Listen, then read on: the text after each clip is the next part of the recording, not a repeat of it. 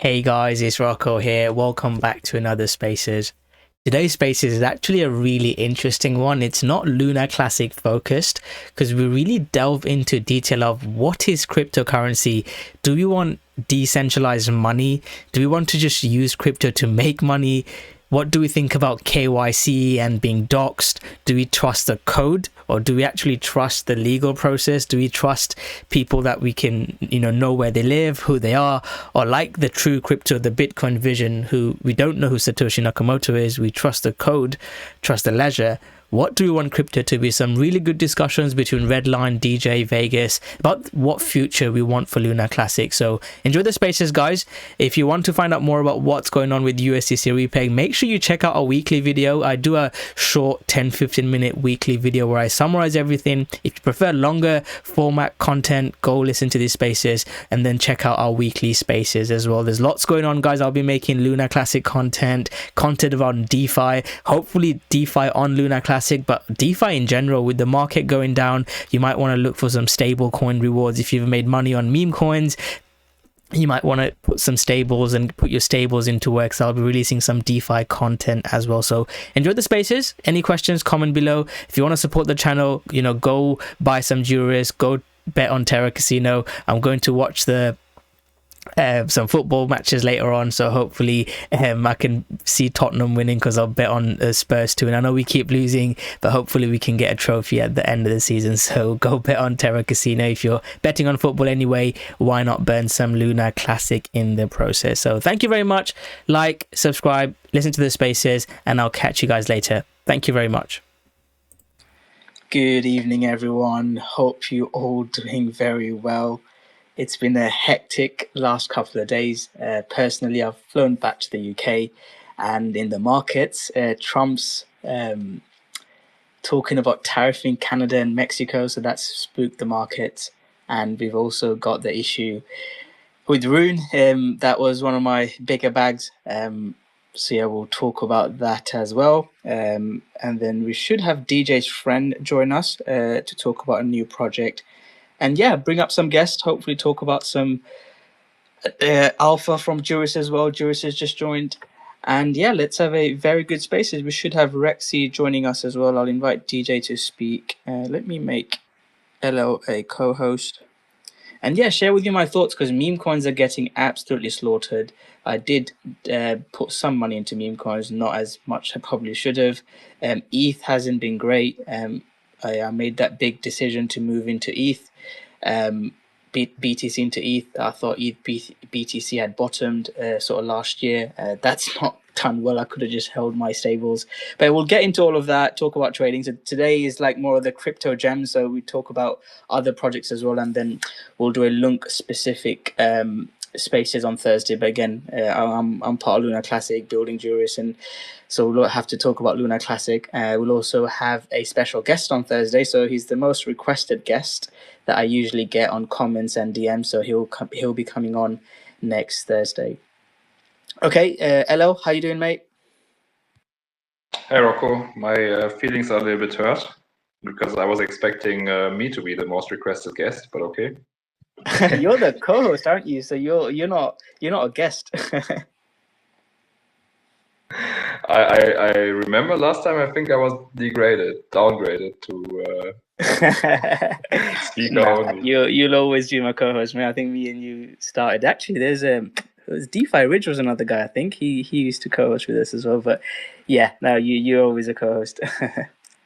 He's still active in the Discord, I think. Yes, he is. Redline DJ, are you guys coming on to speak? Let me actually DM Rexy. He was going to join as well.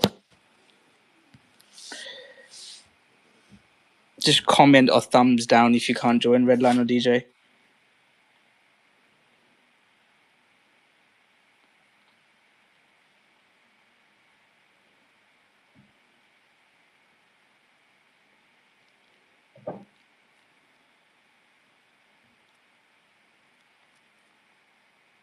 Okay, Rex is not replying, so let's get started then. So I'll sort of give the market overview. So Bitcoin has broken below 100K. In terms of Bitcoin, it still looks okay. It's still sort of consolidating. If you look at Bitcoin is in a zone. So if you look at the highs from sort of December, mid-December, around 106. So that's sort of the highs. The lows, we've got support at 90K, the end of November. And yeah, it's just been going sideways. In a way, it's coming into some support, like the midpoint 50 fib or the 50 pip midpoint of a range, however you use technical analysis. So Bitcoin is looking great. It's just that altcoins getting absolutely slaughtered. If you look at meme coins, like two of the most popular ones, Goat and Fartcoin, I got in them. I bought some of them, not too much, so they've not been too affected. They're just down only. Like Goat is down from, when it went to almost over $1, it's less than 10 cents. It's down 90% since December, which is ridiculous. Fartcoin has been, it feels weird pronouncing the name of the meme coin. That went parabolic to sort of $3. That's just dumped like crazy. It's going around 50 cents. Some of the biggest Twitter and YouTubers were saying they're going all in this coin. It's the next big thing. VCs were going in, and yeah, that's not looking good. Ethereum, again, I went into Ethereum again. That's not been the best decision. I got lucky, or I traded well Ethereum in 2018. So I rotated into Ethereum and Litecoin, and that worked really well. In 2-3 weeks, you made more money than you made previously. And I did the same in sort of 2021, 2020 when Ethereum broke out. So I was convinced that Ethereum was going to sort of bottom out. So I went into Ethereum sort of mid last year, and I was like, yeah, this is the spike. I think it was around May. We had a pump, and then since then we're down, I think 30%. So it was 0.04. It's around 40% down. So, and I usually hold Bitcoin, like it's precious Bitcoin, and I got a bit greedy. I thought, right, I made money in 2017, 2020. Let me gamble again on ETH BTC, and that's just going down. And it is at a level now. If we don't see a bounce, I might have to throw the towel in. But I was convinced that ETH will do well. In dollar value is doing well, but if you take the risk of putting money into Ethereum, you want to be rewarded, right? Because I could have just held USDT, USDC, got some yield, but you held a risk on assets. So yeah, that's not looking good in terms of the markets. Let's see what happens with the tariff. There's a news thing that come out. Goldman Sachs says that it's going to be short-lived, this tariff drama, which is spooking the markets. But again, I'm not an economist, so I can't comment too much on that. I'm just sharing with you the price. I'll touch on Rune maybe a bit later, but that's sort of the update on the market for me. Juris, have you been following the market? I know you've been busy with the dashboard stuff, but can you comment on the market? Have you looked at Bitcoin or any other coins? I actually looked at some coins today. I was shocked by by our precious Lunc. It's going a little bit down, I think. But I was checking the Juris chart and I was like, oh, it's pretty low right now. What's going on? And the Lunc price was okay-ish, but the Lunc in dollar terms was like, I think 6 something, right? Yes, 632. The key yeah, level 0004 or 0001. Once we broke that, LunaClassic's not been looking good. Yeah, so I was a little bit shocked, and I heard some stuff about Rune. I saw your tweets. But yeah, I don't know, man. In general, I think markets will recover, to be honest. I like, if I wasn't involved in Juris and if I didn't have like all the funds right now being put into the protocol development and stuff, I would have probably loaded up. Yeah, I mean, I'm still in the mode to buy the dip in Bitcoin. I think we might get a massive sell-off maybe to 80, but I don't think, the top's in. We've got a pro crypto, we know what Trump's like. I think it's going to go up. It's just what price we get in. So yeah, I'm still bullish the markets. It's just, are we going to sell off more? The other problem with the markets, and again, I've not been trading and talking technical analysis as much as I used to when I was sort of full-time trading, is there's so many coins now, and I'd like to hear your guys' opinion as well. In 2021, there weren't, I think I saw don't quote me on this, but I saw something like the inflation of coins is like 1000x with Solana meme coin and Pum.fun. There's just so many coins. You don't have enough money for every coins to go up. In 2017, literally, you could be in anything and you would have made money. But now there's coins that if you're holding some coins, and LunaClassic, it's not really moved up as much since sort of 2023 even. We just had a couple of pumps where we were sideways. There could be a position where you could be holding coins that don't go up because there's so many coins, you can't pump everything. So this year has been sort of the meme coins that pumped, even like utility coins, Chainlink, Ethereum, the big one, they've not done well. So there is a risk that you could be holding coins that don't pump, and it's only where the hype is, the narrative is, those are the coins that pump. So that's a scary fact. It's probably not as easy in crypto to make money, because I've just been holding lots of coins and some of them have done well, and some of them haven't. And I think this altcoin season, if we do get it, there might be coins that don't do well. I mean, I wish for our bags, and I'll say LunaClassic do well, because Juris is building on LunaClassic. Lots of other projects are building on LunaClassic. We've got LunaClassic bags, but there is a risk of that, where a section of the coin will pump, not all of it, because there's so many coins.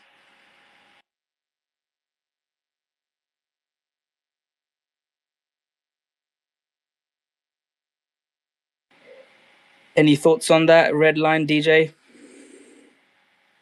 I think to be. Oh, sorry, go on. I thought you didn't have anything to say. Go on, LL. Then we'll go to red line, DJ after. But I was thinking, I think probably you have more money coming in than last cycle, so maybe it evens out somehow. You know what I mean? I think like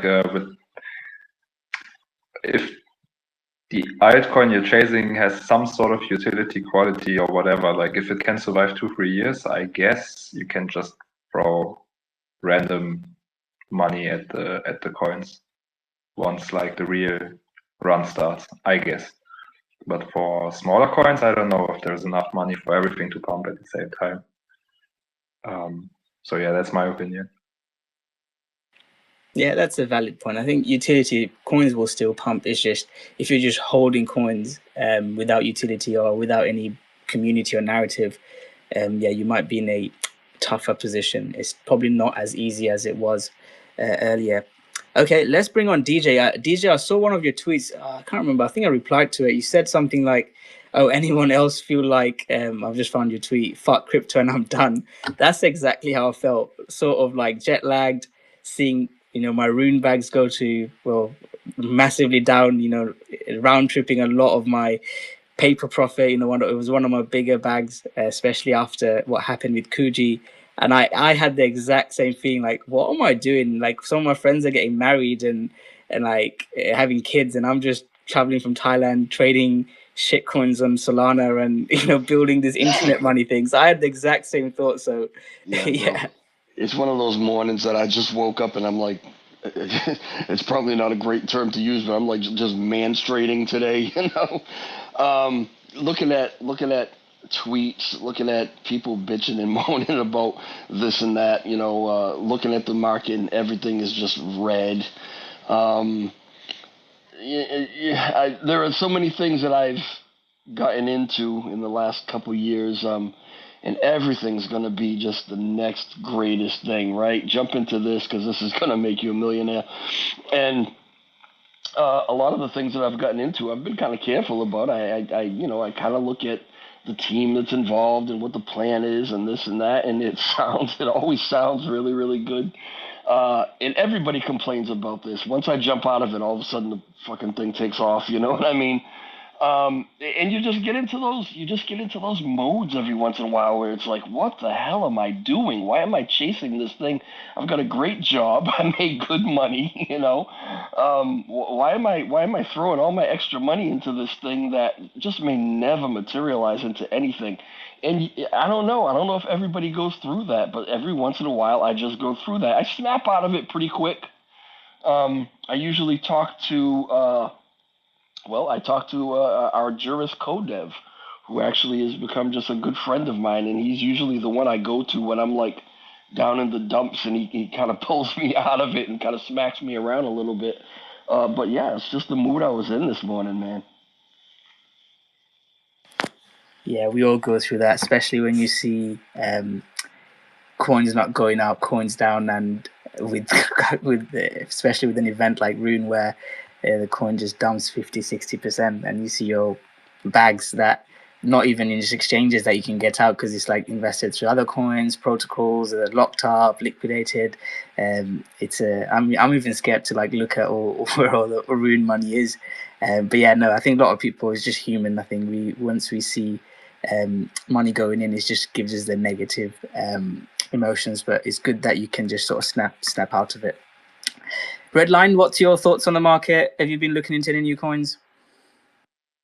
Not really anything new. I've been kind of trying to save my Rune bag. I had a lot of money in Rune as well, and I kind of lost a lot there overnight. And I wasn't even in Rune for the lending side of it. I was in it for the streaming swaps, and because Ruggiero was coming on. So I kind of spent yesterday and the day before kind of heavily shorting it down, kind of trying to get most of my money back. So I got a decent amount of it back anyway. So I'm kind of just sitting out for a minute to see where it goes. Did you say you're short? I mean, even I didn't understand. You might be speaking too fast today, or maybe I'm jet lagged. But did you say you're shorting Rune? I short. Well, I'm out of it now, but yeah, I flipped short there when I saw what was happening. Like the protocol's essentially bankrupt, and the higher the price of Bitcoin was going, and the lower the price of Rune was going, we were just entering debt spiral territory. Like if you look at the debt that's owed versus the market cap, like it was so close to being Luna, it's still very close to becoming Luna. So I actually shorted it. I could see the way it was going, and I knew there was going to be. So I kind of leveraged up and shorted down just to get as much of my money back as I could. So I'm still not sure. That thing could still go sub-zero yet. Yeah, it's a risky approach. I mean, the reason why I wasn't shorting it is because you just needed one news. Like we had that. Is it last night or this morning? The proposal 6. It was at 1 a or 2 a.m. in the morning, and then we had a 50. I hope you exited your shorts before, but we had a 50% pump, and during FTX and I was trading at my desk more full time.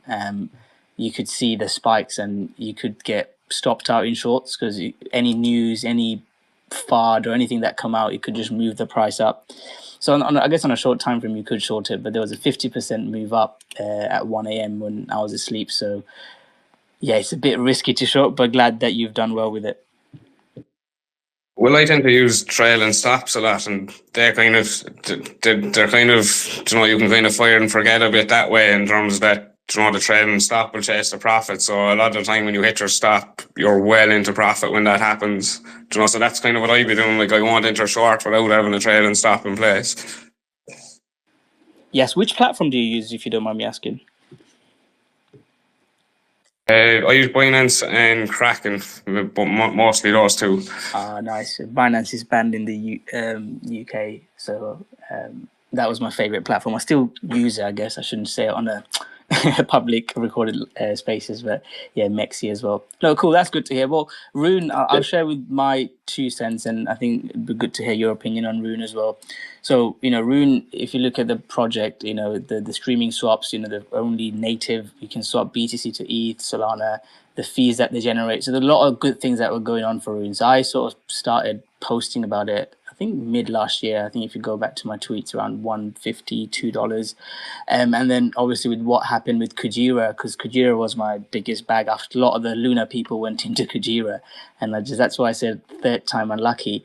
And yeah, I thought it could do really well, and they're doing lots of cool stuff with Vultisig. There's obviously Ruggiero. They're building other Chaos. They're doing a lot of cool stuff. So I was like, there's money to be made, and I did make some.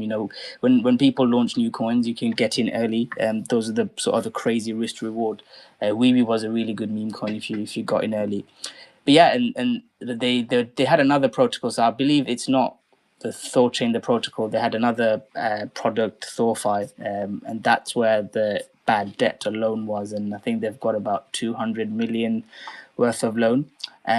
Since there's been lots of different proposals come up, someone TCB, people will know in the LunaClassic community, was one of the biggest validators. He bought a millions worth last week or maybe last week last week he bought it, and we had a nice pump. Everyone thought everything is good, Yesterday he exited his position, and all hell broke loose. It dumped massively.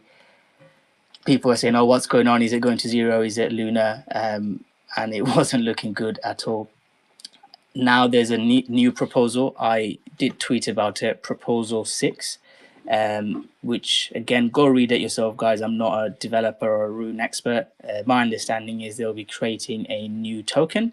That new token will go to people that are holding the debt. So if you hold $1 worth of debt, you'll be paid. You'll have the opportunity. You'll get $1 worth of that token, and that token will launch at around 10 cent, I believe, or 1 penny. I'll have to go and read it again.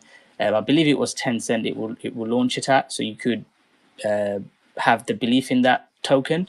That token will get 10% of the network's revenue. So Thorchain validators, node operators are going to get slash 10% of future revenue. And I think it happens in TradFi as well. Again, I'm just a curious trader, crypto guy that wants to learn this stuff.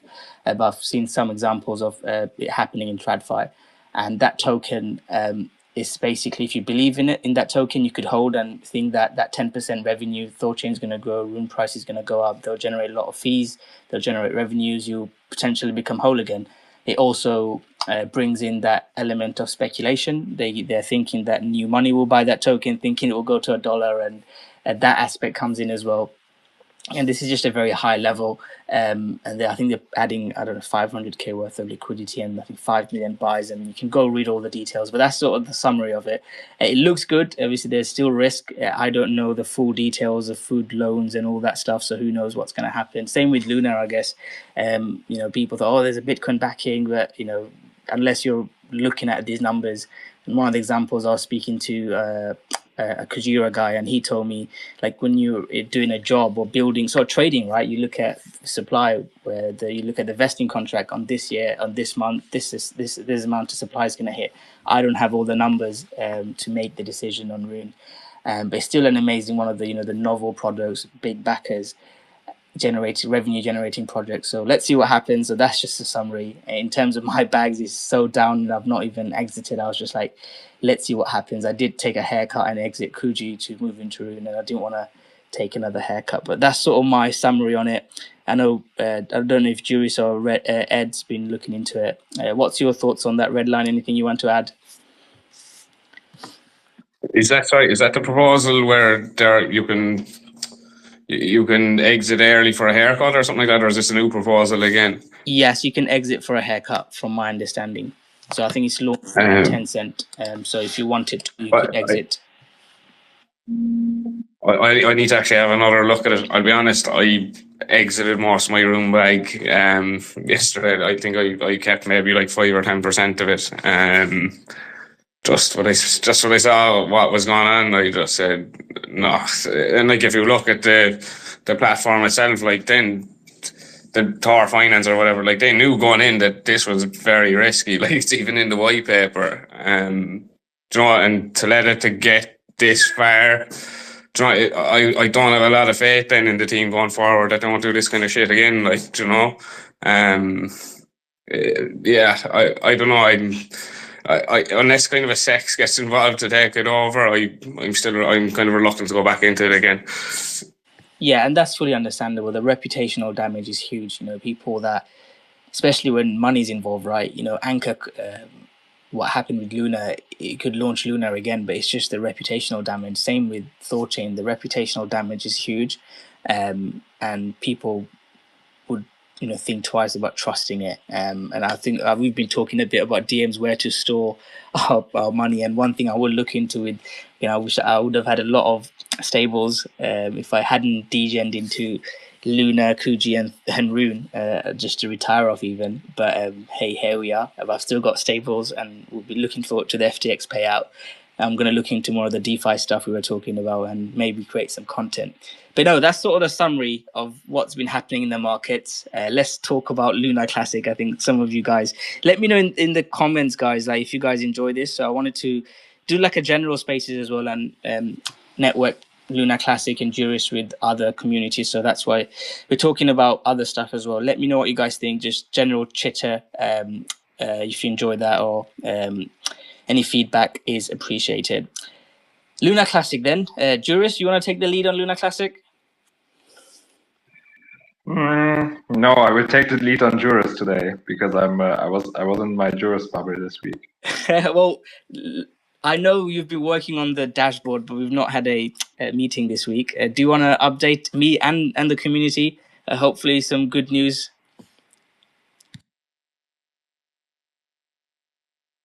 So you want the update, the dashboard updates now? Yes, that's the key thing you're working on, right?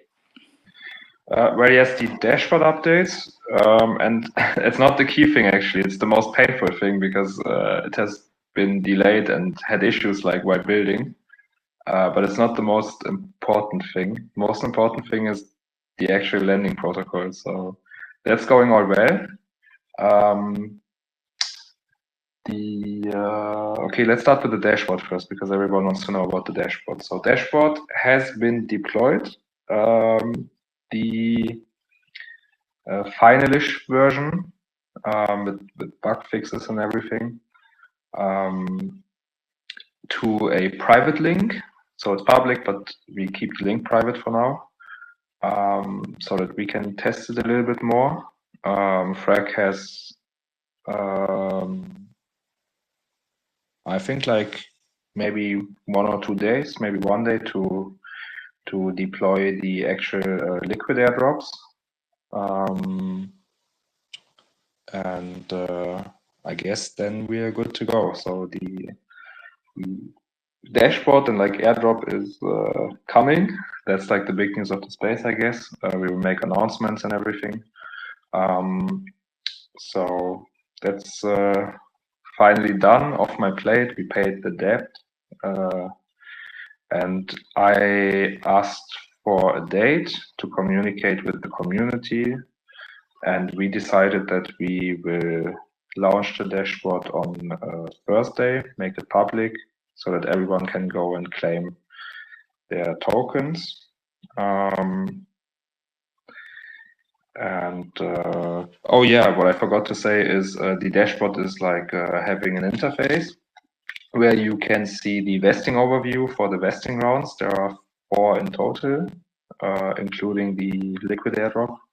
So we have the lock drop, the locked airdrop that everyone was like asking for, that the contracts had been deployed like months ago, and the cliff period is over in 2 months pretty much. So starting April, people will be able to claim some of their locked rewards, locked airdrops, sorry. At the same time, the private investor sale tokens, they will also start to unlock slowly over the next 18 months. And Shilini is going to be available immediately. And the dashboard also includes the IBC bridge. So we are going to make it public in a beta version. Like you had the old Rocko bridge. So that's basically a little bit like how do you say that, improved version. Like we improved some of the code, and we are going to add possibly more tokens and onboard them and make announcement and like having a form for other tokens and projects that want to send coins over.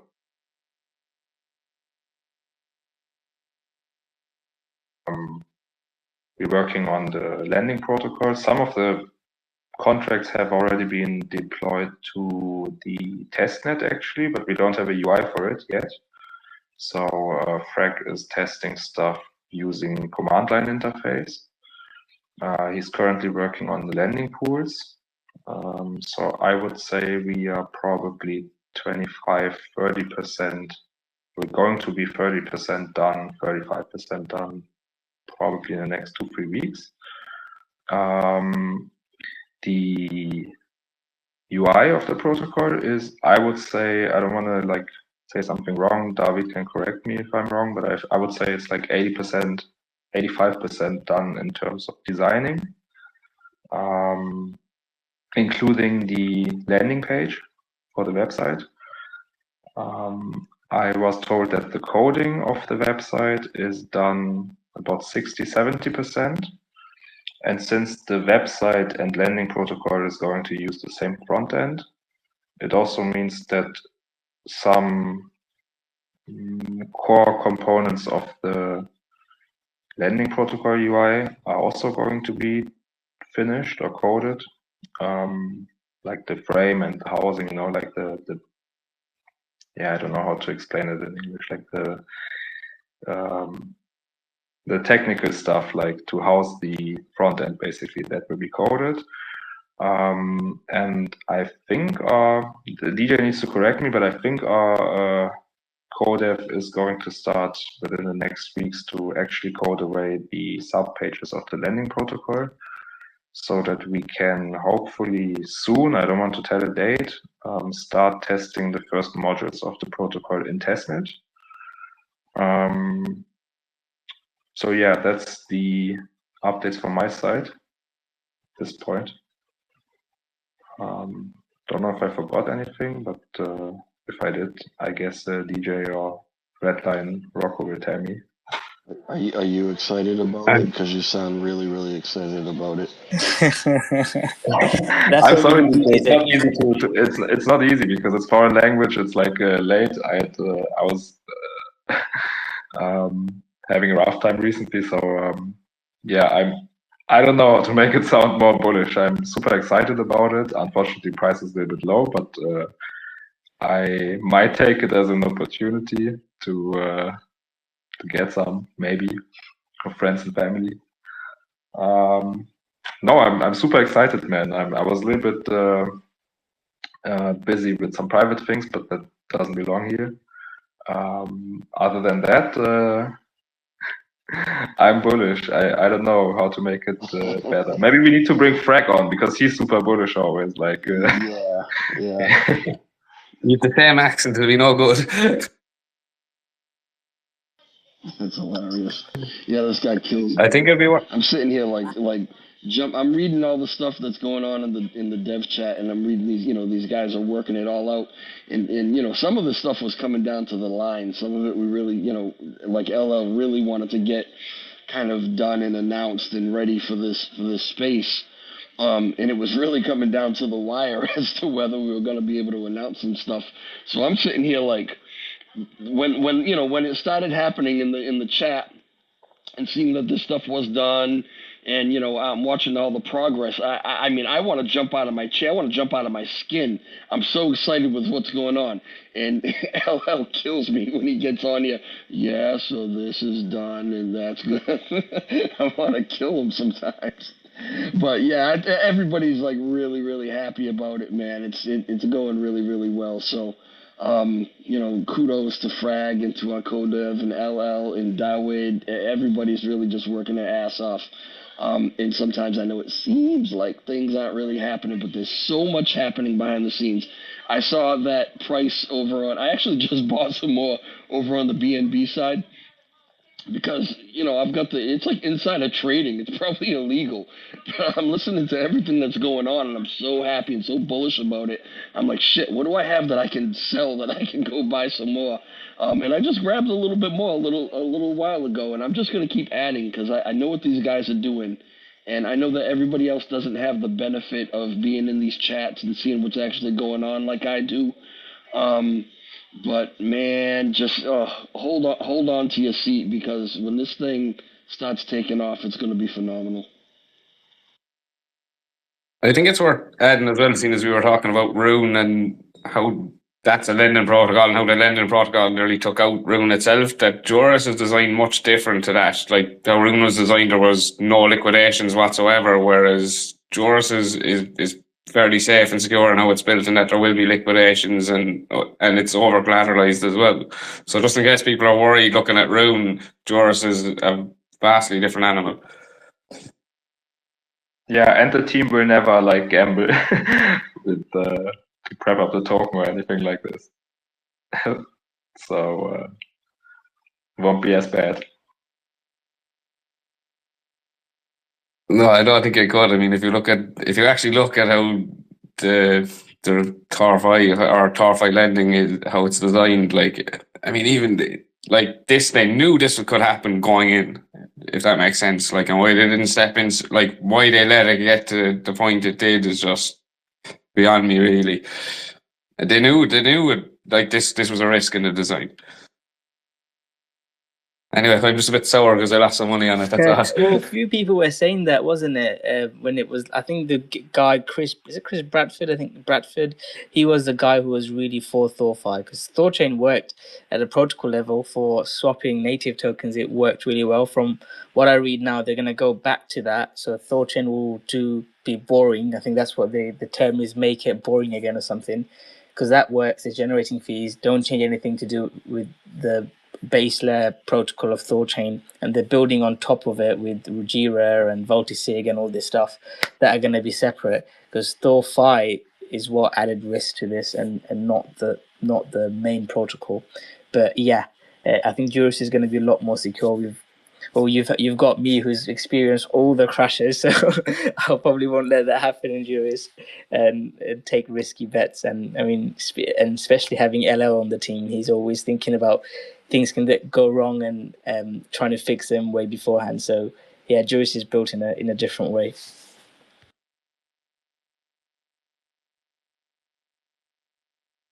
We didn't talk too much about the LunaClassic price. I know we touched on it. The key level LunaClassic broke was the 0.0001. Since then, I've not bought more, but one level I'm looking at, and you guys might front run me, is sort of the 405. It's at 6.4 now. That's the level we bounced. That was the low in August. That was also the low in September 2023. So that is a huge level.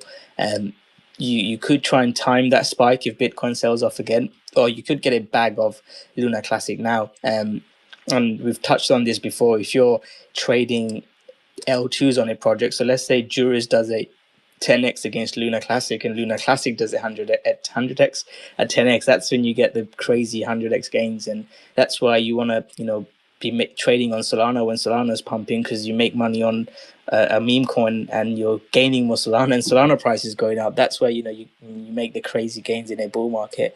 And hopefully Juris is that play this cycle. LunaClassic needs to start doing well, because I'm invested in Jurist and other LunaClassic projects. If the base coin does well, that's when the whole ecosystem will do well. And the level that I'm looking at for a potential bottom is that 0.005455 level. Hopefully we can, if we get there, we don't have to, we could start trend changing. But now we're back in this range. I think that's the level that I'd look to probably buy the dip, buy the support, or if we start trend changing above, I'd look to take a trade and be super bullish again above 0.4301.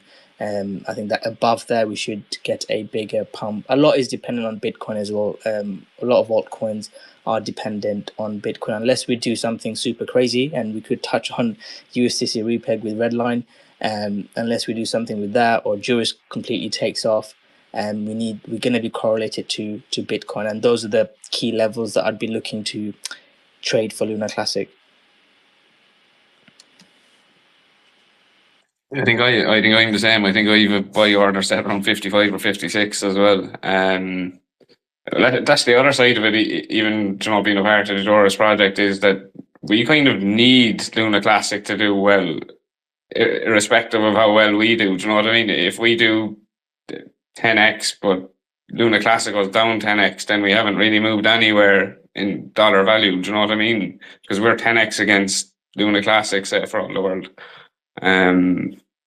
So I think, like, in terms of the L1 side of things, like, people do need to kind of come together and decide what we're going to do and what the USP of the chain is going to be, and like that's going to be critically important in the next year or two if the L2 projects are going to even survive on this chain. Do you need? It's like the L2 projects are all the houses that we're building, but the L1 is the foundation, and if you're going to build, it doesn't matter if you build the best of a house if the foundation is shitty. Do you know what I mean? So we as a community need to like seriously think about what we're going to do in terms of LunaClassic, like where we want to be and what it's going to be and what's its selling point. You know, because there are plenty of chains out there that are just like Sol and stuff like this. You know, we need to differentiate ourselves some bit. And the other thing that we need to really take a look at is the Oracle pool, because I know I say it every now and again, but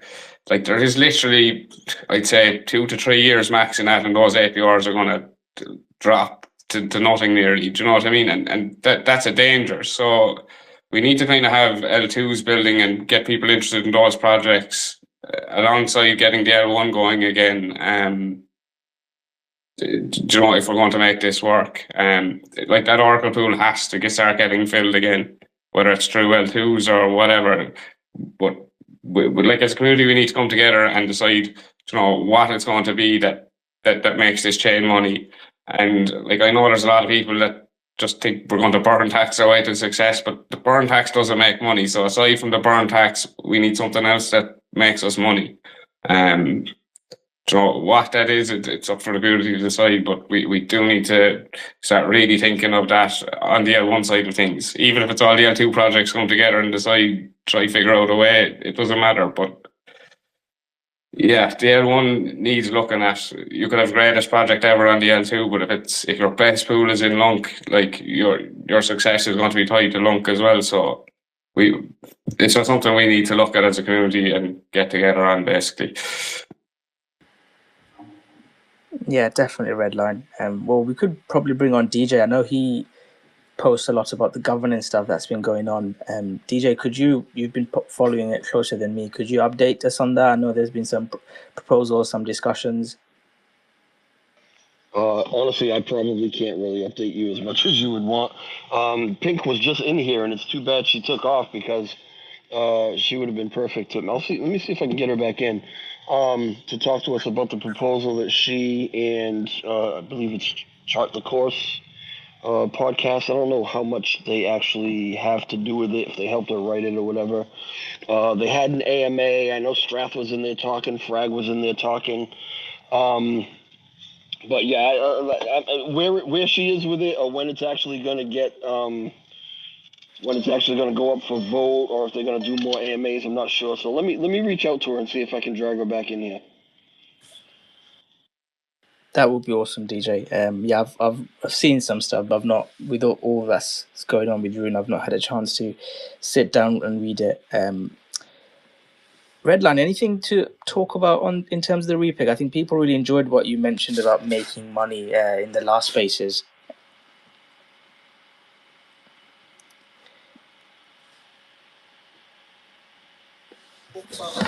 Hi everybody.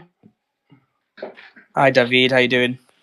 I'm good. I mean, I was a little bit better, somewhat sick, but you've started a long topic, and DJ maybe could not tell you much, but I was present on yesterday's AMA with Pink, and I tried to follow other stuff. So the only thing I can say is everything that Redline said is true.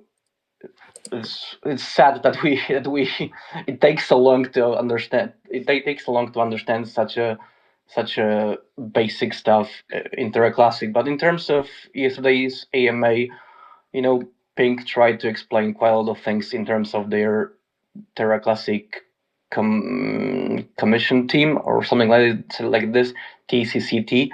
The Chart the Cost podcast is just the partner in terms of they try to promote it and help in a process of evaluating the teams that could maybe try to put their proposal and beat the actual team, but they are not the authors of this proposal and this idea. By the looks of it, this is just the Pink herself. So they were giving a lot of answers to different questions. And the overall look is that they expected the backlash, let's say, but the idea was to to start the discussion about this topic, not to win the vote and to get the proposal to passing. It's more just a case of starting discussion. I assume that proposal will come live still. Pink did not say that they decided not to put there. I think it will be live, but nobody really expects that it will pass just like this. I'm sorry, David. I don't mean to interrupt you. She should be right back in here in a Yeah, second. sure. I'm just giving my opinion. Yeah, so it's a shame that only like a couple of validators were there yesterday, maybe like 5 or 6 at most, and there were people who from other chains, and TerraCasino as always disappointed in terms of presence of leading people who should be listening to this because they're um, it is somehow probably a step forward, this kind of team that they are trying to put, regardless of problems that it has, right? So this is a small update. Pink is here. Pink probably can tell you way more about this, but this is not the only case that is happening in L1. Um, so a lot of things that people needs to really focus on.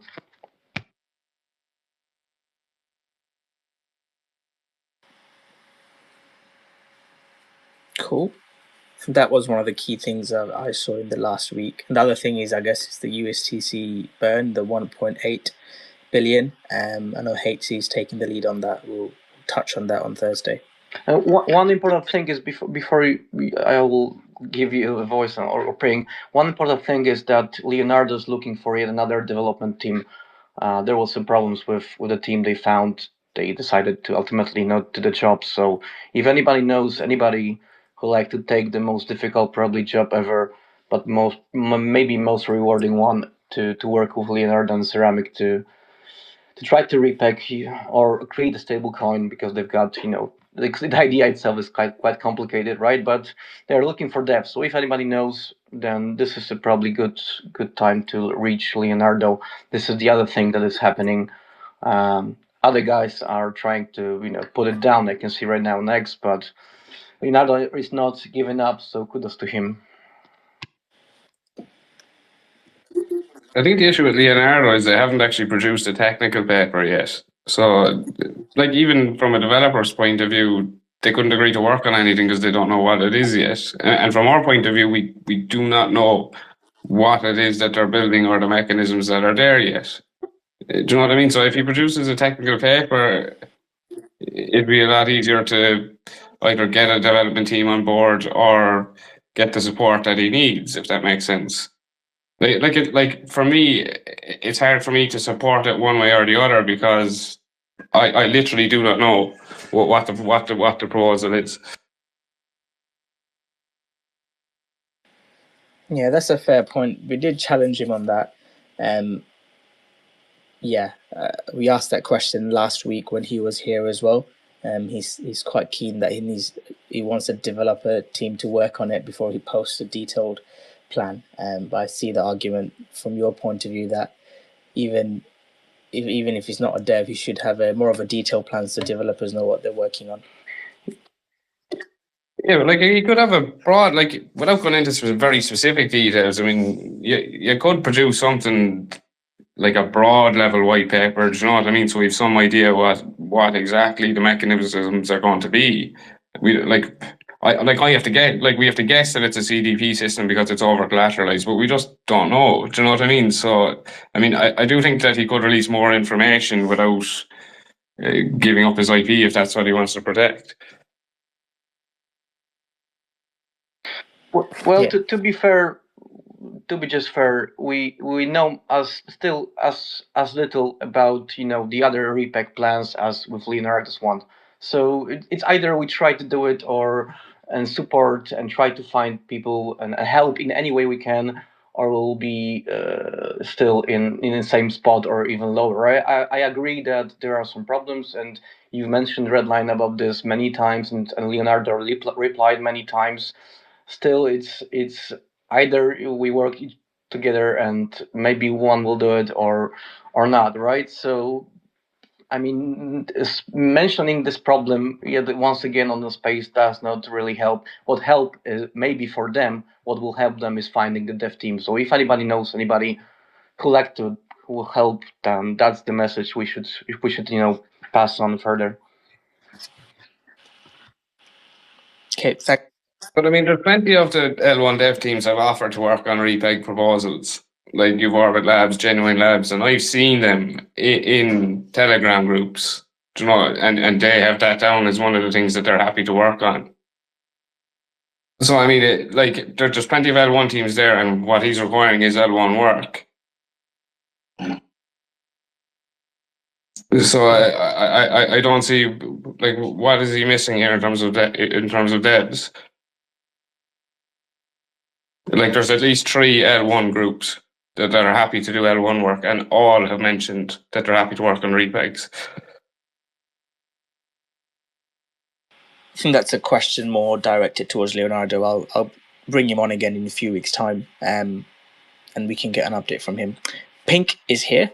Pink, welcome to the Spaces. I've seen a lot of your posts. I've not had a chance to look into it in detail. So yeah, people that have not read it, could you give us a sort of summary, and then with DJ's help, we can maybe delve into a bit more detail?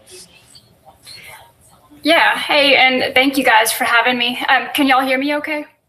Just want to double check. Yes, we can.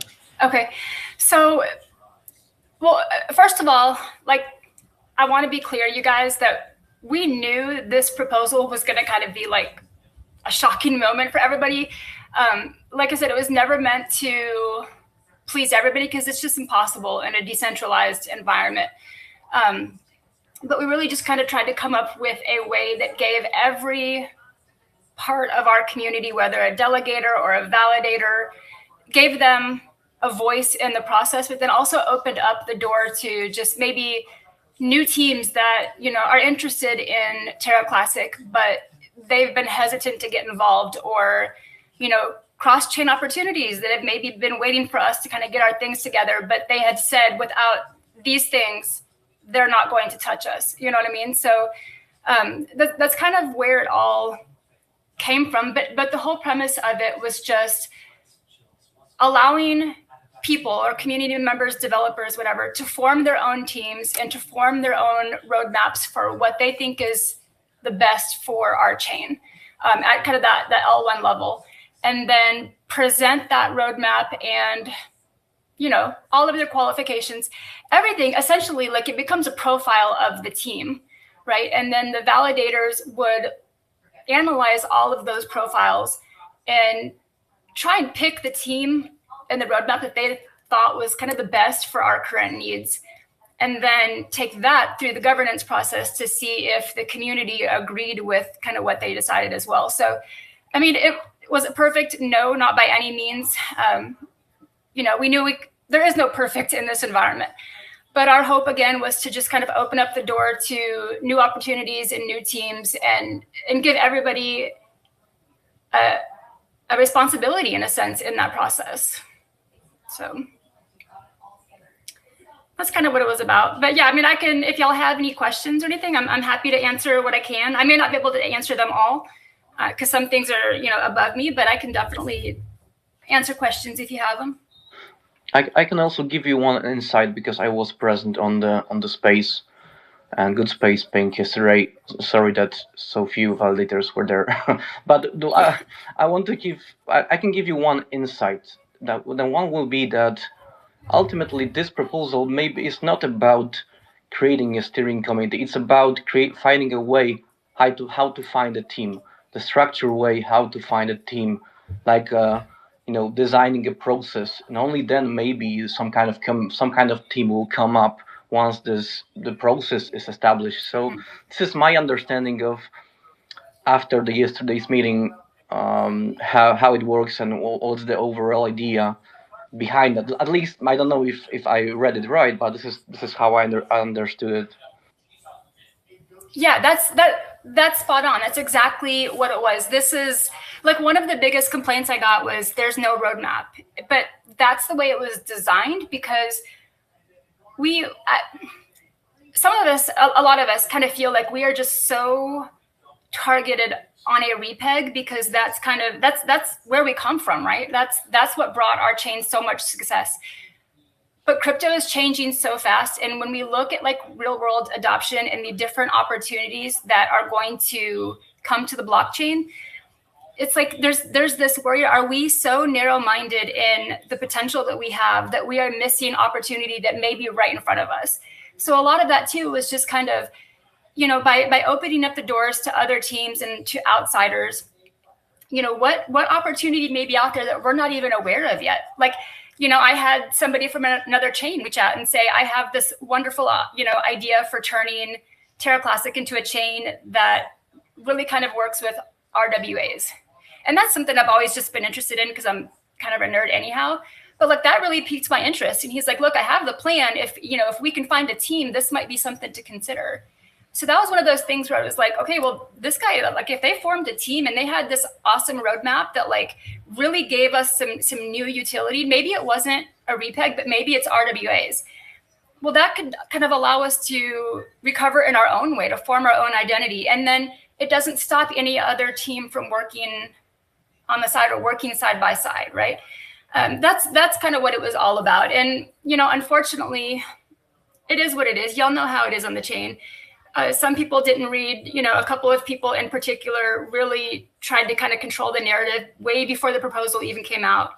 It's a uphill battle on this chain, but that was really a good kind of example or a good description of what it is, because that's exactly what it was. It was just more teams, more opportunity, just trying to kind of open that door and creating a structure that is more welcoming to that. So maybe Pink, maybe it was a mistake that you've titled this proposal, TCCT. Like people expected the proposal that will, present a committee in a way, and also what happened before that, all of the anticipation and spaces with DJ and everything that happened before, it built the anticipation of finally proposal coming that will show us the committee or however you like to call it, right? But ultimately, this is what just was presented is a solution. So good or bad, it's not me to decide. A solution to maybe find one, right? Find some kind of team that can lead TerraCasino in a way. Lead in this is a difficult word, but maybe this was a small mistake. Just thinking about this. Yeah, for sure. I mean, there's definitely legitimate concerns all the way around. That's I've had so many people reach out to me privately and say, we love the premise of the idea and we want to continue this discussion, but maybe let's look at changing this, or let's, adapt this part. But then they've also all said, like, look, we think it's too risky to do this in public, right? Like, we don't want to get attacked or harassed or doxxed or whatever it might be. So it really has kind of put us in a predicament, because this is something people want. They really do. And like I said, we always knew that there was a good chance that this was going to fail, just because there are so many different ideas on what people want. And, it is what it is. It's going to take compromise. So it might take 3 or 4 different versions of something similar before everybody can come together and create one that works for everybody. But if it's taught me anything, it's that this is definitely something that people want. Obviously, probably not in the form that we have, but something along those lines. So I do hope that it's, a discussion that can continue, because I think everybody understands how important it is. It's just a matter of kind of how we get there. I really appreciate your effort in this, Pink, because I guess a few years back, I tried to push this, but I sort of taken a step back from L1, because you see the struggle that you're going through. I've gone through that as well. One, I guess, feedback is when you share the idea. So if you came up with sort of the RWA idea, more people will be open to listening. And when you read the TerraCasino commission team, I think people just have their guards up straight away. And I think what you're suggesting, we need that, right? When people want to build on it, they don't know where to go. And I know David's really keen on the website. Where's the website? I want to do this. Who do I go to? and Ed tried this. I can't remember what he called it now. DJ might be able to remind me, where he would grants program. Yeah, the grants program, and I think that worked. It's just really difficult if you don't have the validators that you mentioned. The key. I'm an influencer and whatever, but the key people, decision makers, validators. If they're not supporting, it gets really difficult.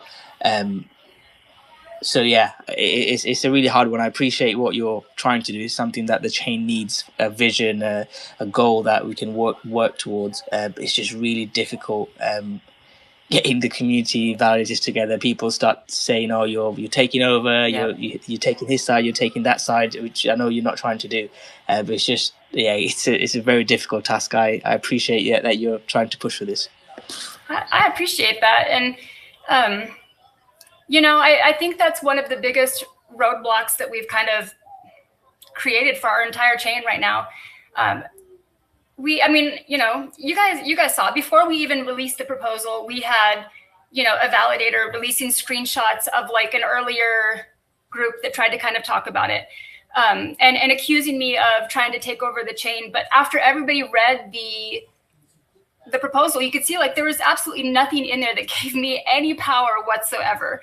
Like there was just nothing about that. So I mean, that whole thing, like I don't understand it. And then to go from that to then in private chats, two validators work together and start doxing me to people, and I'm like, what? How has it gotten to a point, you guys, where we can't, like, people can't even talk about this stuff publicly without that kind of stuff going on?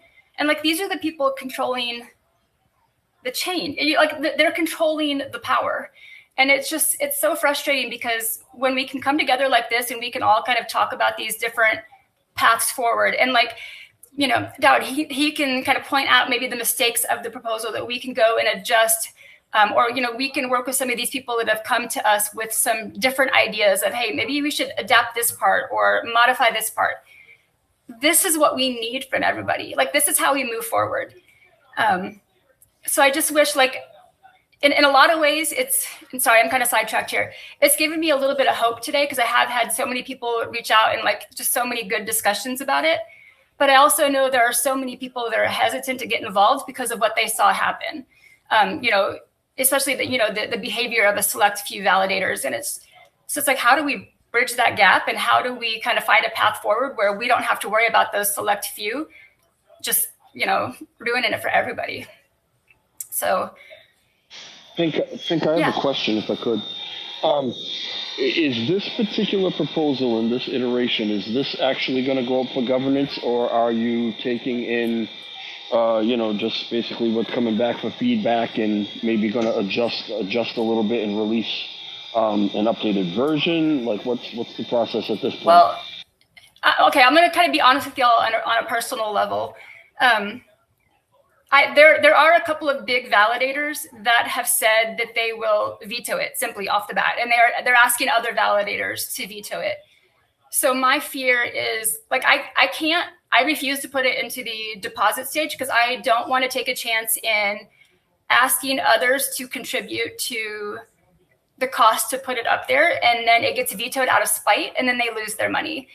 On the flip side of that, I'm a teacher, so while $500 may not seem a lot of money to a lot of other people, to somebody in my shoes, like it is. So I'm kind of weighing the benefits, because the likelihood of it passing obviously is slim to none. But I think that there's also a possibility that if the right people can come together, there's a couple of other people that I think would be great additions to this conversation, that it might be worth postponing for a little bit to see if we can kind of modify it or adapt it, or bring all of these kind of ideas together.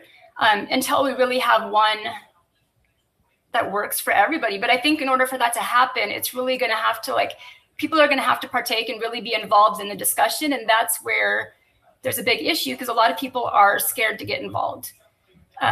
So that's kind of where I'm at with that. I really don't know yet, DJ Trev.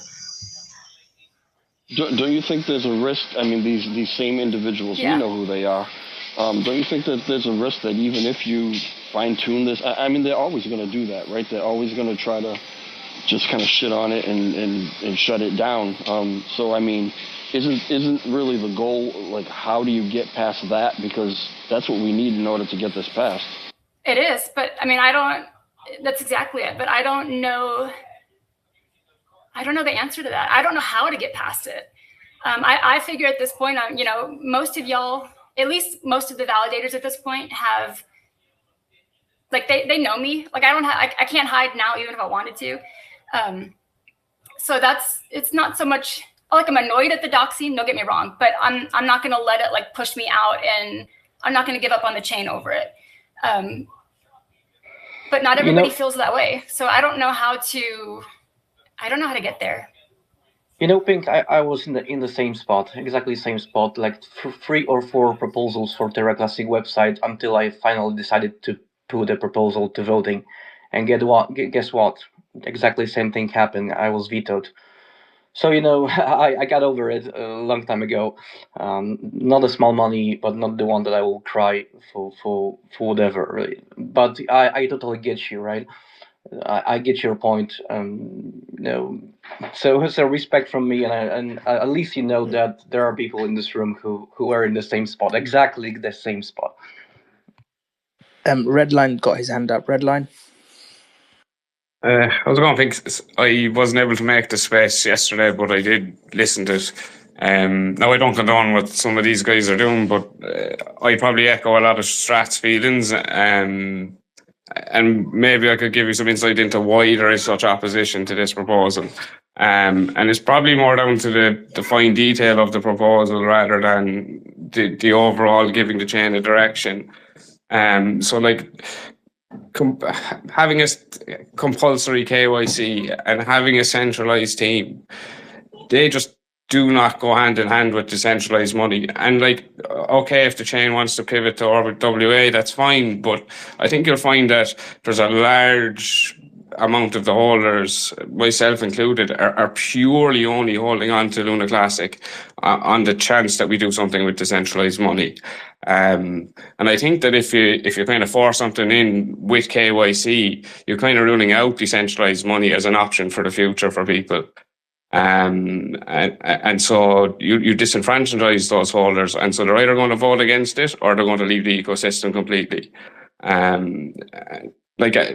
Like you still have to have KYC to push code. Do you know what I mean? To push code to the actual blockchain. But by having a centralized KYC team that's pushing the whole direction, you're ruling out a lot of stuff, especially decentralized money.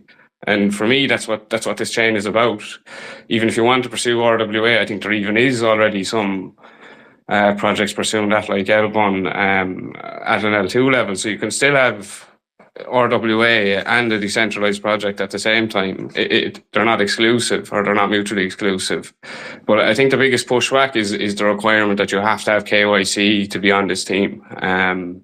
Like, I don't think anyone's opposed to giving the chain direction or having a team there that has a mandate to talk to exchanges or other teams. I don't think people are opposed to that, but it's when that team is the one that's giving this chain direction and they are KYC'd, it disenfranchises a lot of holders.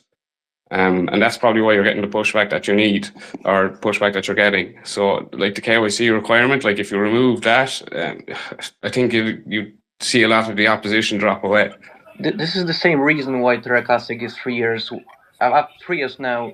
It is in a place where it is, because we are in a dream of decentralization, which clearly does not work in TerraCasino in any way, price, anything, governance. So sorry to tell you that, but we need to wake up. The world is getting out of decentralization, and this is the dream that is holding back TerraCasino.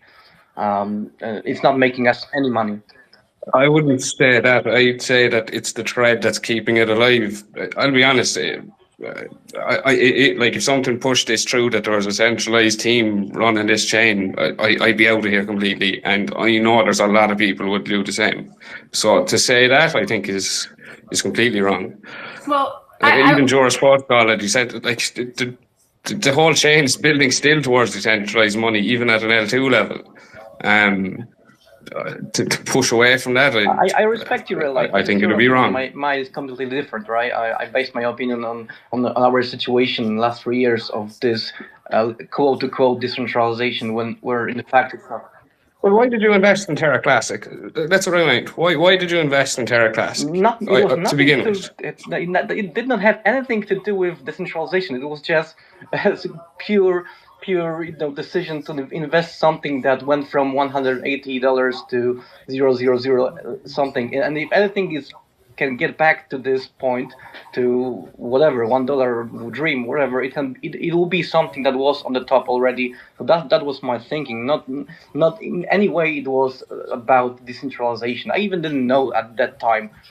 But would you invest in a memcoin because it reached $1 at one point, but now it's $10 down? I mean that's. I can't even comment to that. Do you know what I mean? That's the reason why you're invested in the chain. I mean, Red, do you think that's really bad investment advice to even give anyone to invest in something, in a project on that basis? Do you think that most people invested in this chain because of decentralization? Is that like your premise? No, decentralized money is purely the reason I got into this chain. Okay, but I'm saying, do you think that is why most people got into this chain? I think that the reason that they're in this chain now is they thought that it would regain the highs that it did on the basis that we'd repeg or do something with decentralized money again. I think that's why most people are still invested in this chain. I think the biggest reason is people want to make money and see the price go up.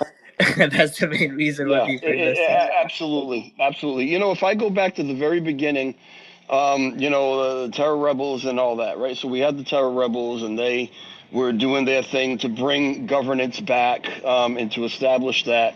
And during that process, when we got close to the point where it was, we saw that it was going to happen and they were almost close to actually establishing governance, people started asking them if they were going to stay and they were going to help the chain, they were going to lead the chain. This is, of course, when everybody loved them, right? We know what happened after that. But the thing that everybody wanted was that team who was going to stay with us and keep things moving on a certain path, a team that we could trust, because a lot of people like me who are invested, and I would argue to say that most of the people who are invested are more like me, who don't know shit about the technical stuff that you guys know, right?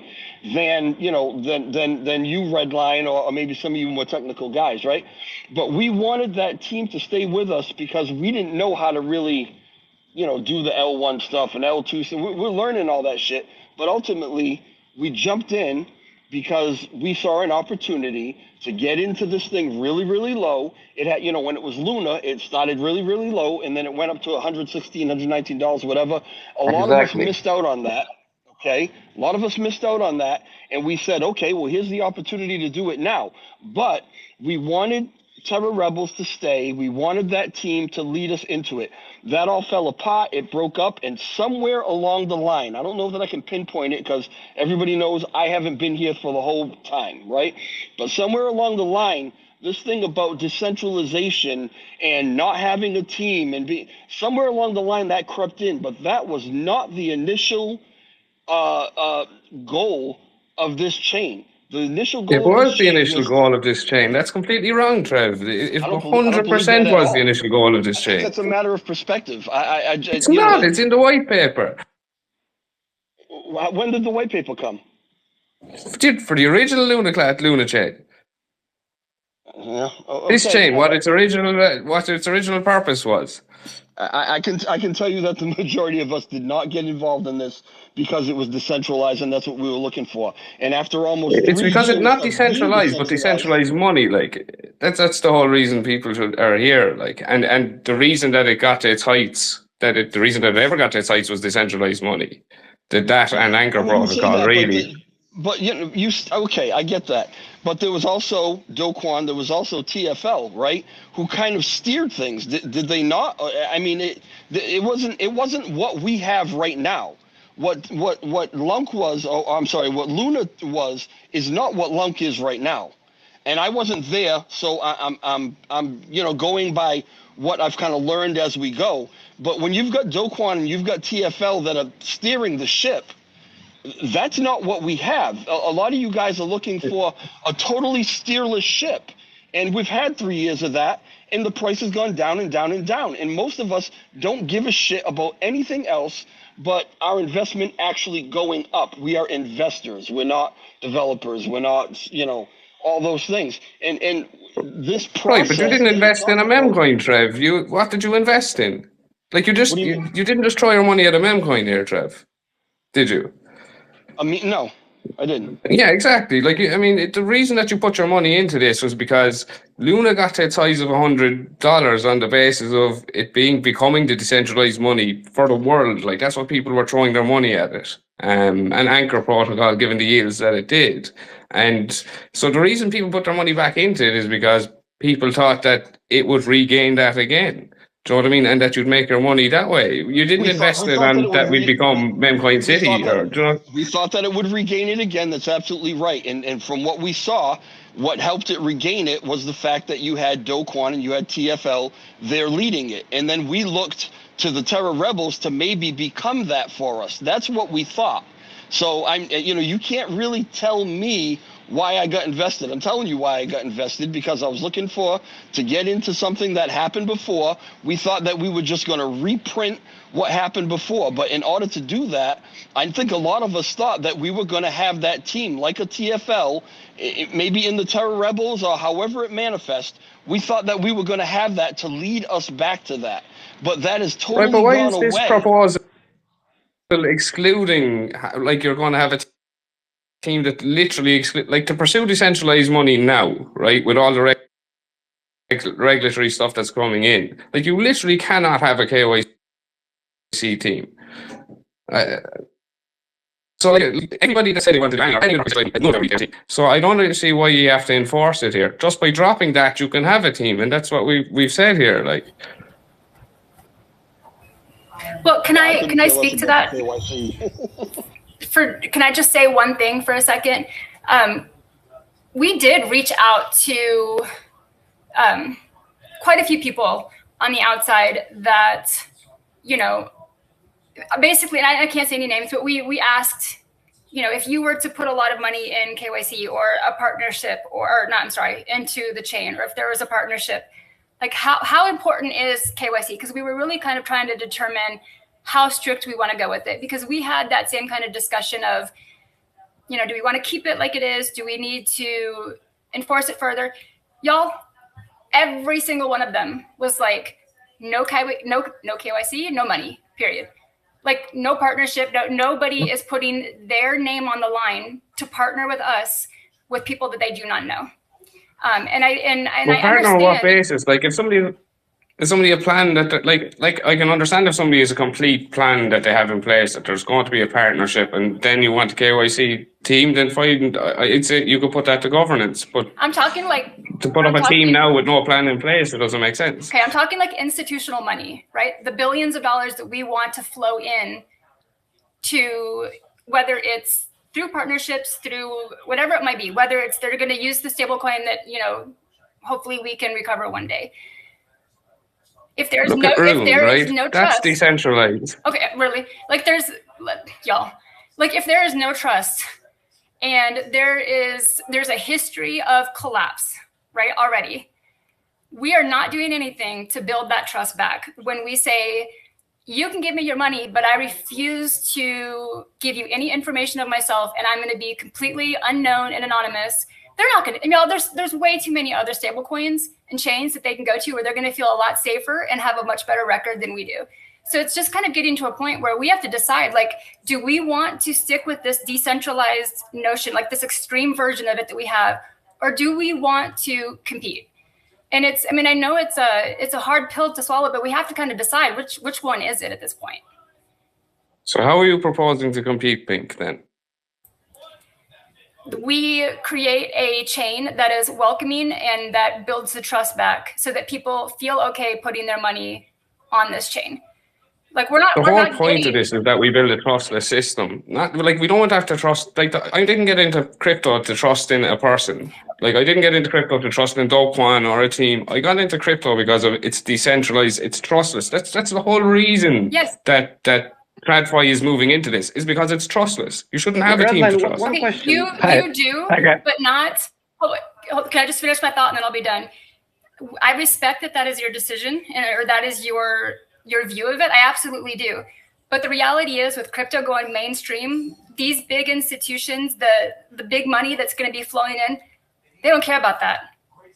Right? They want to do. No, they don't. It's trustless. They would have jumped in 2 years ago if they cared about that. Pink and red, and I'll just jump in. So okay, I'm done. I'll just I'm summarize. sorry. No, I'll just summarize it. So I think this is a big debate in crypto, right? And I mean, we're LunaClassic in a small little bubble. We're having this at a very high level with Solana, Ripple, and Ethereum. Ripple is very centralized, but they have got the connections. They've got the money. They can move a lot quicker. Whereas Ethereum is a decentralized organization, but even they have Ethereum Foundation. It depends on your vision. So I respect Redline's vision. There are Bitcoin maximalists. They're like, yep, anything apart from Bitcoin, I'm not touching. There's people on Ethereum. They won't touch Solana because it's centralized. I think it's a decision that the community needs to make. I think my main focus is making money, I guess. So the way I see it is I want decentralization. If I can make money and have decentralization, I want that. If I can invest in coins that have utility and make me money, I want that. But if I'm seeing liquidity in meme coins, I'll try to gamble on that. And I could make money, I could lose money. I'm not telling you to go invest in sort of meme coins. But I appreciate Pink's opinion here as well, because in a way, crypto, the vision that we had initially, Redline, is sort of gone away in a way. If you look at even Chainlink, I'm a big supporter of Chainlink, but if you look at the decentralization centralization argument, it's not as centralized. Ripple is not as decentralized, but they have got the connections and they can move quicker. So in terms of next steps, it depends on what the community wants to do. If they want to, I would rather support a decentralized approach that works, that makes money. I'd rather want that vision. But if it's not going, taking DJ's point, it's been 2 years and we're sort of in the same position as we were. One aspect I think that could work is a goal. At the moment, we don't even have a goal. I think the reason why Terra Rebels worked really well, we had one goal, which is, get the burn tax in, governance in, and everyone worked towards it. There wasn't like Repeg, this and that. There was just one goal. If we can get one goal that everyone worked towards, I think even in a decentralized way, it can work. If not, if what Pink is suggesting, if we can work with someone, maybe centralized, one person that takes the lead. I'm probably leaning a bit towards DJ's position because the question that DJ's asked, we've been doing this for 2 years, 3 years, whatever, and we're in the same position. So it's a difficult one. I don't know what the right answer is. I want decentralization, I want utility, and I want it that way. But if it's not working, I have to be practical as well. I don't want to, if Ethereum keeps going down, I don't want to keep holding Ethereum. I want to move on to Solana, where the president, the most powerful person in the world, is releasing his own coin. So I don't know what the right answer, wrong answer is. And I know doxing is another thing. I'm not doxed. I'll probably meet LL and Rexy, and I've met a few people from the community already. I'm against that. I'd rather have my privacy, but that's another topic of conversation. And I think we're just in different sides, and whichever direction the community takes, if someone has a strong conviction, then they might want to stay on this journey or might not. But yeah, that's my thoughts. Redline will go to you, then we'll go to Vegas, and then David. Redline, if you want to respond to that, and then we'll go to Pink as well, if you want to add anything. Yeah, even for me, I get some of the sentiment that you can move quicker, but if you look at what CZ posts and you look at the way things are going to move, you might in the short term, I think, see decentralized chains, grow a bit, but I think you're then going to see things move decentralized very quickly. People want, what a blockchain is essentially is an immutable ledger, and that's what people want at the end of the day. People aren't against having a steering group. That's not what I'm suggesting. We're not against having a centralized team. Well, no, sorry, still get me wrong. We're against having a KYC centralized team. Basically, something that becomes a security risk for the chain. Then essentially, we're arguing over fine detail here. Really, we're not against direction. It's having making KYC mandatory for the team. Even if you vote in a fully KYC team, that's fine for the short term, as long as you don't make it compulsory. That's where people are having the biggest issue with this, basically. It's about the fine detail in it. Do you know what I mean? To add to that as well, so I speak to a few newer projects, and one of the big things they talk about is KYC. Unless you build something which is sort of not revolutionary, but like Rune in a way, which is completely new, you can go verify it. I think when it's a newer project, I think people do ask for KYC. I hear the question from investors, and LL will probably back me on this. When you speak to sort of VCs, they ask the question: "Oh, is it a KYC team? Is it a fully docs team?" And with what's happened with LunaClassic in the past, people might ask that question. But we'll go to Vegas, and then we'll go to I forgot who I said we'll go to next. But we'll go to Vegas, and then I'll figure out my chain of thoughts. We'll go to David and Pink, I think I said. But Vegas, how you doing, mate? I think it'd be good to hear your thoughts on this because you've been here from the start. Yay! Can you hear me properly? Yes, we can. Nice. Okay, so I'm not going to move from here. Yeah, this is a really good discussion, and I'm really happy that we are having that. Yeah, because at the moment, as we are, no one is happy. The Maxis are not happy for the way that the chain is going. The Moon Boys are not happy. No one is happy. I have a couple of notes to say to Red. I jump in not at the beginning of the session, so I don't know if this was already talked or not. But Red, it is my opinion, yeah, that a lot of people that are here are hoping for the $1, are hoping for this to go up and up and up, are hoping for getting a lot of money. You have a couple of people here, yeah, maybe, I don't know, maybe 30% that they are here just because of the decentralized idea of money. And that's amazing, but it's not the total amount of the community. The community in general. Well, I think you misunderstand. Sorry, I think you misunderstand what I'm saying. Maybe I came across wrong in how I was saying it. Like, we're all here to make money, but I think that the reason a lot of us are here is that we think that how we're going to make money is through the original decentralized money vision and what the chain was originally about. If that makes sense. Yeah, I know what it means. You know, that's how we see $1 coming back. that we're going to reignite the original ecosystem, which was decentralized money. It was, yeah. But we have to take out the idea of whatever we were in the past, because we are not. To give you an example, two talks that I have this week with some developers outside of the chain, and they said, "Why? Is that chain not dead? Let me go to CoinMarketCap." And they go, "Oh, it's still pumping. Okay. What is the things? What you guys need? What's the plans?" And he's like, "Mate, you have to come and okay, I'll pass." So what I'm trying to say is that I was just trying to find some developers, some people, yeah, like I always do. I always take some couple of minutes a week and try to spread the word outside. And it's very sad when I see people say, "No, you guys are dead. That project doesn't exist." Another thing that they told me, or one of the teams told me, was that that is all being run by validators on all nodes. So the chain is heavily centralized. And it's like, okay, no, it's not exactly that. Some validators, yes, they are using a service from all nodes, but the majority is not. So I was just trying to explain. I shouldn't need to explain any of this. Yeah, I should just okay, is a job to be done. Do you want to work? Oh yes, I love this chain, or I hate this chain, and job done. At the moment, the message that is passing outside of the community is really bad. Is on big players and small players, and then the people with more voice, yeah, they don't say the right things. You can see Greenpeace saying absolutely bullshit, yeah. When I literally this week publish something about a scam and just saying to people to be careful, and he's just saying that is totally bullshit, and people believe him, yeah. I think one of the things that will help this ecosystem is to have a team, to have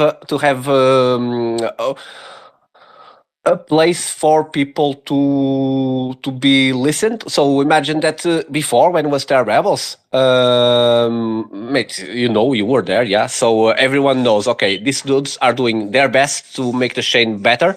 So whatever they are saying is what we believe that is happening. Today, Right, no but we one aren't does all that. KYC. Do you know, I think that's the crux of this issue here is that there's mandatory KYC. Once No, the that goes KYC, out I of the don't agree as equation, well. people don't have an issue. Yeah, the QIC for me is a problem as well because you have a couple of developers or even some brains that they will just go away with the QIC. They are already going away with the QIC. So I'm fully on board of doing a team representing, suggesting, coordinating, whatever you want to call it. I don't full understand the idea of a need of a QIC, at least on the whole thing. It could be that one person is QIC'd. Okay, perfect. But the whole team being QIC'd is just taking one step more than we can afford at the moment. Imagine if we were a chain that a lot of people just want to come and work with us and want to represent us and whatever. That will be like, okay, let's slow down. Do you have a ticket? No, so you stay and wait. Okay, but at this moment, it doesn't happen like that. It's like we are not begging, but we are trying to explain what is happening here and what we are trying to achieve. And it's hard to bring people to work on this chain, plus to be fully QIC, yeah, and plus that they want to be fully involved with the chain, because one thing is to have someone arriving here, like Genuine Labs or whatever, yeah, that arrive here, did a job, and they fuck off, yeah, and that's not good for the chain. It's okay, yeah, but now we are seeing that it was not very good. So having this all the time is not very good as well. But the idea of the QIC mandatory for everyone, yeah, I'm not fully on board with that. Yeah, because for example, Iron Man will never come to the chain, and people like him, for example, we need them, you know. It's like we need them. Plus the whole I didn't read the white paper completely, but from the idea of having one specific team of a couple of elements, one or two or three, from only one side of the community, yeah, doing the interviews, I think is really, really stretching, because you are already doing a filter of people that you don't like straight away. Wanting that to do that or not, you know. Plus, an interview like this, from what I could see on the white paper, yeah, talking about what you're doing a real job in your life, doing this, blah blah. It's not for me because everyone knows what I do, but I'm pretty sure that 99% of the people that really want to do something to the community don't want to tell everyone on Twitter that they work on this company, on that company, next to their houses, you know.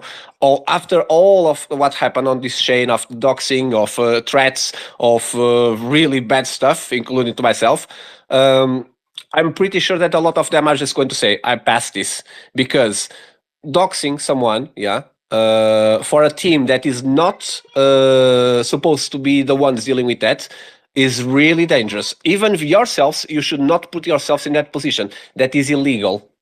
You don't have the credentials enough to do that. So a team like Solid Proof or Certic or something like that is hired to do that, and their company specializes on doing something like that. Okay, is a gray line, but. Imagine me, okay, now I'm going to do interviews. Okay, give me where do you live, what you do, blah, blah, blah. Mate, imagine that if the community is, oh, Vegas is doing the interviews. That will be insane. So you have to understand that the same goes to the other people. It doesn't matter who it is. It has to be someone, yeah, doing this in a proper way. Or we just go for, okay, I want to put a team on, yeah, and I want to represent the chain in this, and I want to suggest stuff, blah, blah, blah, blah, blah. Just like Phoenix Directive did. Luna is still decentralized, at least for the outside world. They are the most decentralized chain ever, because they don't know us, of course. And in the end, they are heavily controlled by the Phoenix Directive, yeah. And if anyone has a problem, including the centralizing changes or the apps or whatever, they know where to go. This past 2 weeks and a half, with the problems with the scam on Binance, yeah, was a nightmare, yeah. And plus, then we realized that on MaxC is no liquidity. That's why the price is just coming down, ping, ping, ping, ping, because the scammer is just selling on MaxC, yeah. And then we have a problem. All the liquidity is gone there, pock, pock, pock. And how can we address if we don't have a team that is representing us there? They don't care. okay, I get along with the dudes. Yeah, that's it. But I don't have the power to try to ask them how much liquidity did I have on the platform. They don't give that information like that. They will give to the teams that are representing the chains. So just to conclude, the conclusion on all of this is like, yes, we need some kind of organization, like I just said many times.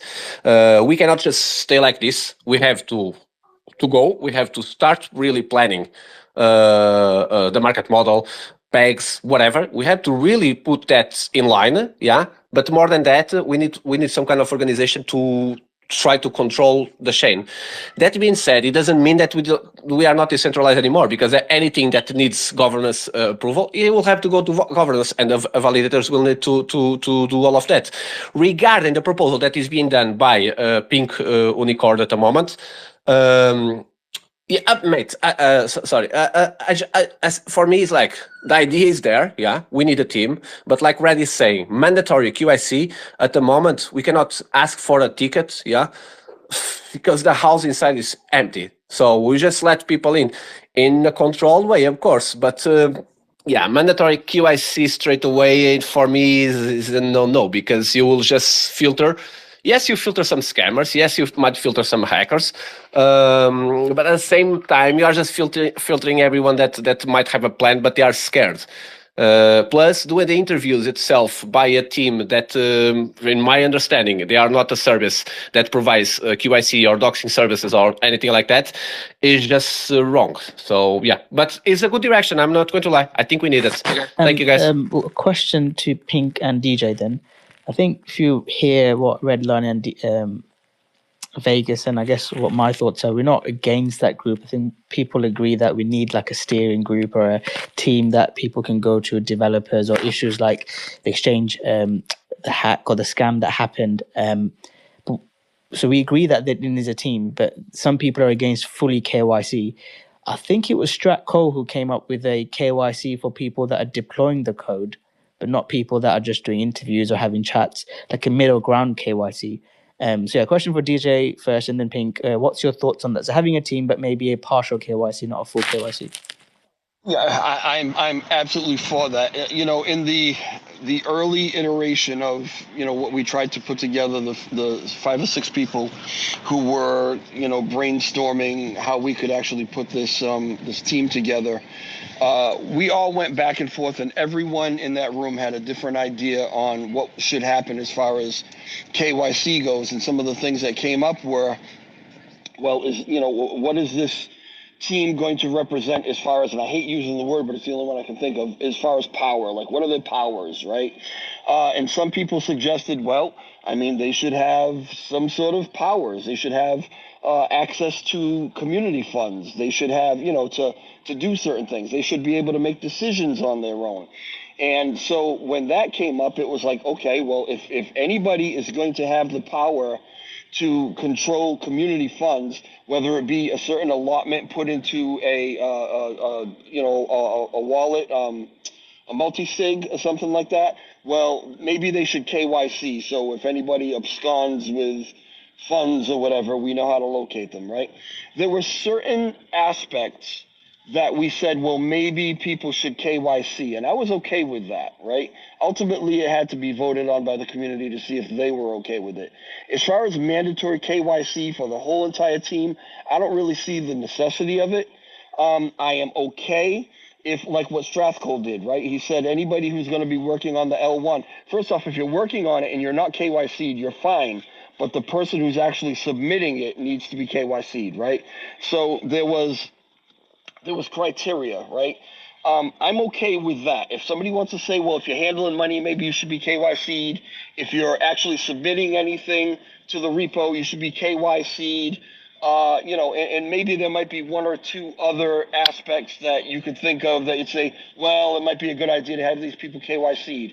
But everybody KYC'd, someone who's maybe just chit-chatting with CEXs or kind of the face. I don't personally see the need to KYC every single person. Okay, Pink, your thoughts on that? Yes. Okay. So I get the I get the argument with the whole KYC thing, and I'm not against like working together and finding a solution that is better for everybody. So let me just put that out there. The reason we put that in there, like I said, was simply because we were told emphatically, we will not work with people that we do not have like a KYC for. It's kind of like, and one of them kind of used an example of like, if you're going to go put your money in a bank, right? You want to make sure that everybody can be held accountable if the worst was to happen, if the bank was, you know, if somebody was to rob the bank, right? You know, any number of things. Saying that, of course, it doesn't mean that that is right. You know, I'm definitely open to other ways forward. I mean, even if you were to, you know, KYC the top positions and they understand that they are, you know, legally responsible for what their team does, maybe they dox to that leader. I don't know what the answer is, but I mean, it's not to say that we can't find some kind of compromise on that, but we just need to be fully aware that as, you know, crypto is changing, those that do not adapt with it are going to get left behind. So I think it's just very much finding a middle ground on that subject, which can be done. I mean, I think there's even, you know, different ways in the future, or different ways coming, I should say, of KYC that are even maybe a little bit safer than what is there right now. There was something else I was going to say. Oh, in regards to like the interview at Vegas, I know you brought that up. Just, you know, so everyone is clear, the people that we're going to interview are all from outside of the chain. So they are not really anybody that is associated with it right now. And then the other thing is, you know, just so everybody knows, there were already teams interested, teams from from outside of TerraCasino. And I want us to kind of keep that in mind as we continue this discussion and kind of talk about this and maybe, you know, modify everybody's ideas to kind of bring one together that I think might work better for everybody. There are people on the outside that are watching everything we do. I need you guys to be very, very clear about that. They're watching what we do, the steps we take. They're watching how validators act. I mean, there are people that really want us to succeed. So, you know, the more we can kind of work together and find a compromise that works for everybody, I think the better off we will be. But I also don't want everybody just assuming that there's nobody that will ever work on this chain, because there are people that have said we would be interested, but not in the current state that you are at right now. So, you know, like I said, hopefully we can continue the discussion and maybe some people can come together and find a solution that bridges all of these different ideas together. And, you know, maybe that's what the future holds for us. I'm not really sure, but. Yeah. Awesome. Well, thanks, Pink, I would agree with you. Sorry, Vegas, go ahead. Then we'll go to David. Sorry, just one quick note. We are not a bank. So in terms of fall off that ideology of we need to behave like banks is a tiny bit wrong in my opinion. That being said, yes, we need to do something because at the moment this is unsustainable. And you said, okay, I know people that want to come and work to the chain with the chain or want to invest in the chain, yeah, and they don't come for a couple of reasons, and I know as well. So I understand what you're feeling. Is like we can do better, yeah. You have just a view that I don't think. I don't think the full view that you are doing. I think will fail. That's my view. And you guys are putting yourselves in a situation as well. If you guys are going to deal with all the interviews, basically you are gatekeeping the whole thing. And it's like you should be an entity from outside if you guys want to go on this direction. For me, it will be just DAOs and we just move on from there. And yeah, because at the moment as we are, I understand you. The trust is not there. So we need to do something, and people don't even know that we are live in other situations. So definitely we need to do something, 100%. Cool, David, and then we'll bring up some questions. I got Poor Kid and Bull B or Bull X. We'll bring up some questions. David, go ahead, mate. Okay, so well, I wanted to comment on two things that Vegas said. So you, Vegas, said that at the moment the way people see TerraCasino is bad. And I just want to clarify, it's not at the moment, it's 3 years. It's since day zero, our branding, meaning the reputation, is dead coin. So let's just... No. You are not understanding, We are mate. dead coin since day No, zero. but you are not understanding. Sorry, David. It's not that. I understand where you're going from there, and you are right as well. Yeah, in terms of branding and all of that. But it's not what we are passing now. Yeah, is more sensitive than that. Okay, from my point of view, our reputation is just as the same as it was after the crash. Nobody knows nothing, and this is dead coin. This is the reputation. So, from the way I see it, and the data shows it's really. So the second thing is that you, Vegas, said that there are brains that we may lose if we'll go full KYC, or in fact we lost a lot of them already, right? And with all the respect to those people, because I get there are plenty of great minds and we can see this, but with all the respect, the price then did not show us any appreciation because of those great minds that we have, right? So KYC, not KYC, the 4064 and it's going down. And we cannot really say 100% that with KYC, full KYC, we won't find great developers and professionals. We cannot say this for sure, right? So you've got the point, but you cannot be really sure on that. And this path of no KYC and full decentralization, did not bring us forward nearly anywhere. And the last thing, I raised my hand. The very first idea why I raised my hand was to ask a question to the Red Line, and I wanted to ask, did you consider pre-crash Luna decentralized money? But you already couple of times confirmed that you concerned it this way. So the answer is simple. Let's bring back TFL, like foundation company, whatever, and let's continue this decentralized money project. Well, actually, if you look at what I said a lot of times when it comes to decentralized money, is that I said one of the only good things that happened out of the crash is that TerraCasino came almost truly decentralized. That was probably one of the only benefits, and probably one of the only things that pushed us more towards decentralized money. And just I'd like to add to just Trev and David and Pink. Look, I'm sorry if I came across a bit abrasive as well. Just this is something that, it means a lot to me in crypto and why I'm invested in this project, and I think it means a lot for a lot of other people as well, and why they're here. I know everybody's in here to make money, but I think a lot of people view it that the way we're going to make the real money and gain the highs that we once had was through the decentralized money aspect of it. So I'm probably a bit passionate about it. So I'm sorry if I came across a bit aggressive. I totally respect you there, mate.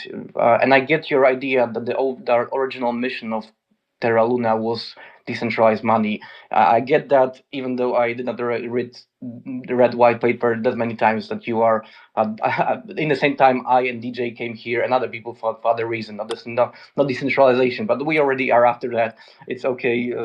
I'm just nobody got offended. I hope that you did not that you also did not feel offended. It's just for me, in a way, you confirmed that you agreed that decentralized money was working back then, even with TFL like company so-called behind Terra Luna. So let's bring that, because this is ultimately decentralization proved us that it doesn't work. So maybe just getting back to this model will solve many problems.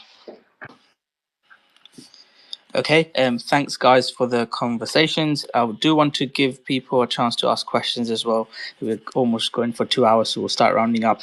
First, Poor Kid, and then we'll go to DJ. I know he raised his hand up, but Poor Kid, any comment or question you want to ask? Go ahead, mate.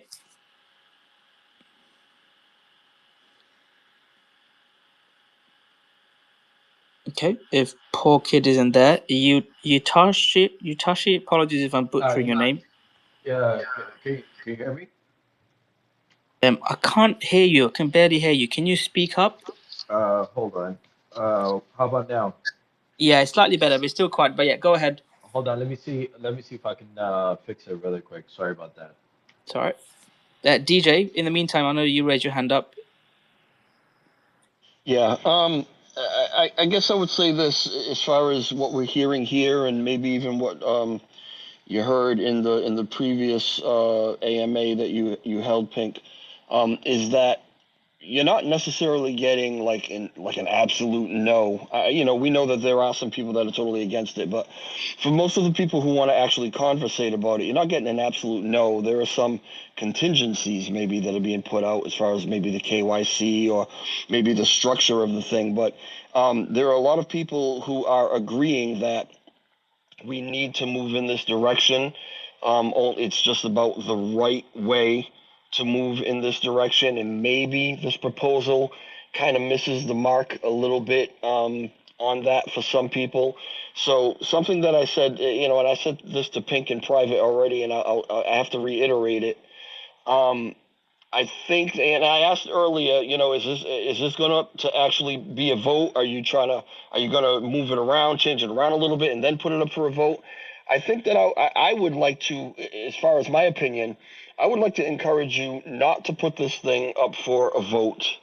And the reason is, I think it needs to get a lot closer. I think that you basically achieved the goal of putting this conversation on the front burner.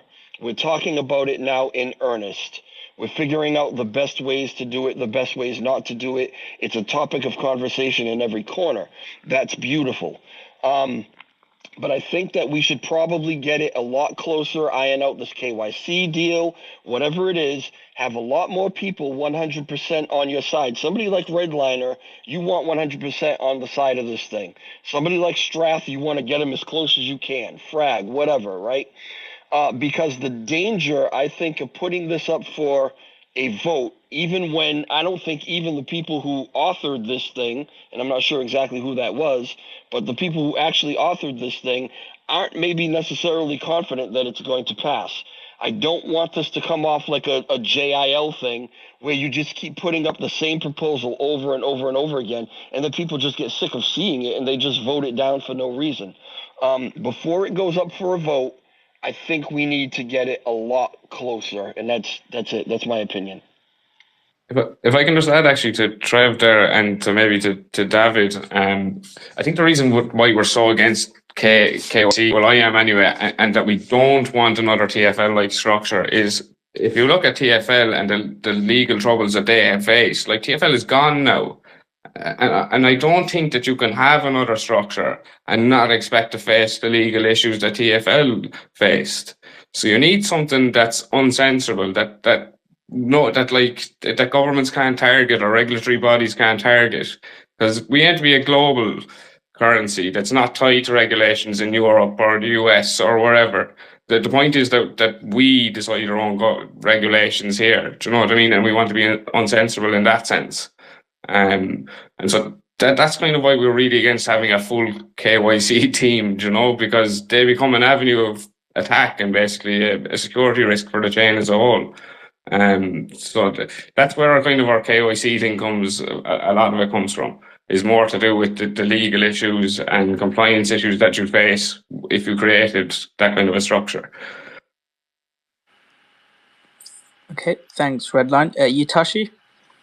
Yutawas, you can call me Wes for short. You can hear me better Yuta, okay, I can hear you, mate. It's still quiet, but go ahead. Okay. So I pretty much, I'm coming in as a very frustrated, angry investor. And I pretty much subscribe to what Pink has said. I think this Lunc, I mean, the reputation has been totally destroyed because of the crash. And now we're sticking with this ideology. We're in love with the ideology of being centralized. Decentralized. In fact, to bring back investors and to be looked at more credible, you need to be doxxed. You need to show, you need to comply with KYC. Otherwise, you're just in love with the idea of being anonymous and just, try to build a decentralized exchange that is not coming to fruition. I mean, we've waited for 3 years. 3 years. The price has been coming down and down and down.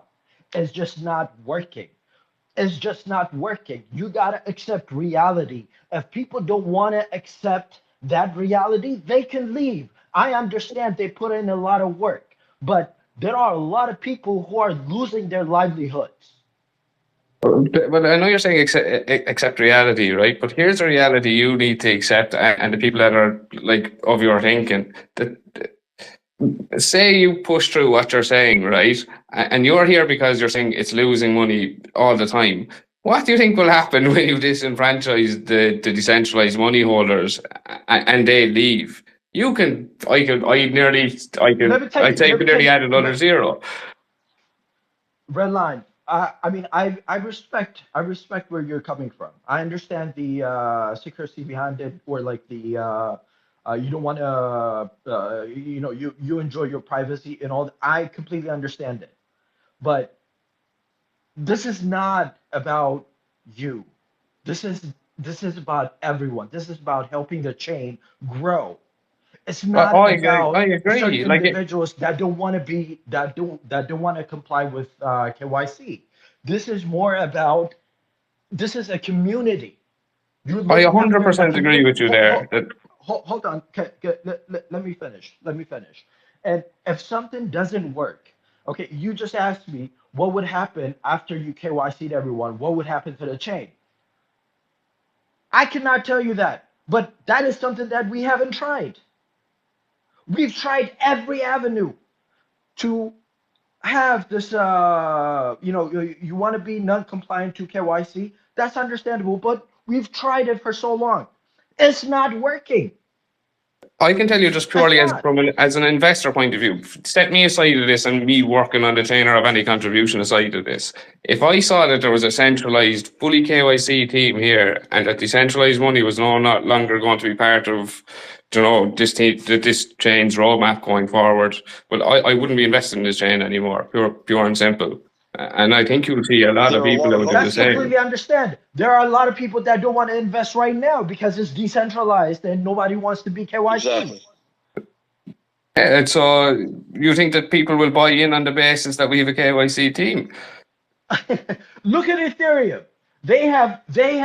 Listen, people need to trust the chain. Okay? They need to trust. In order for them to trust, they need to have somebody that they can view. There should be accountability.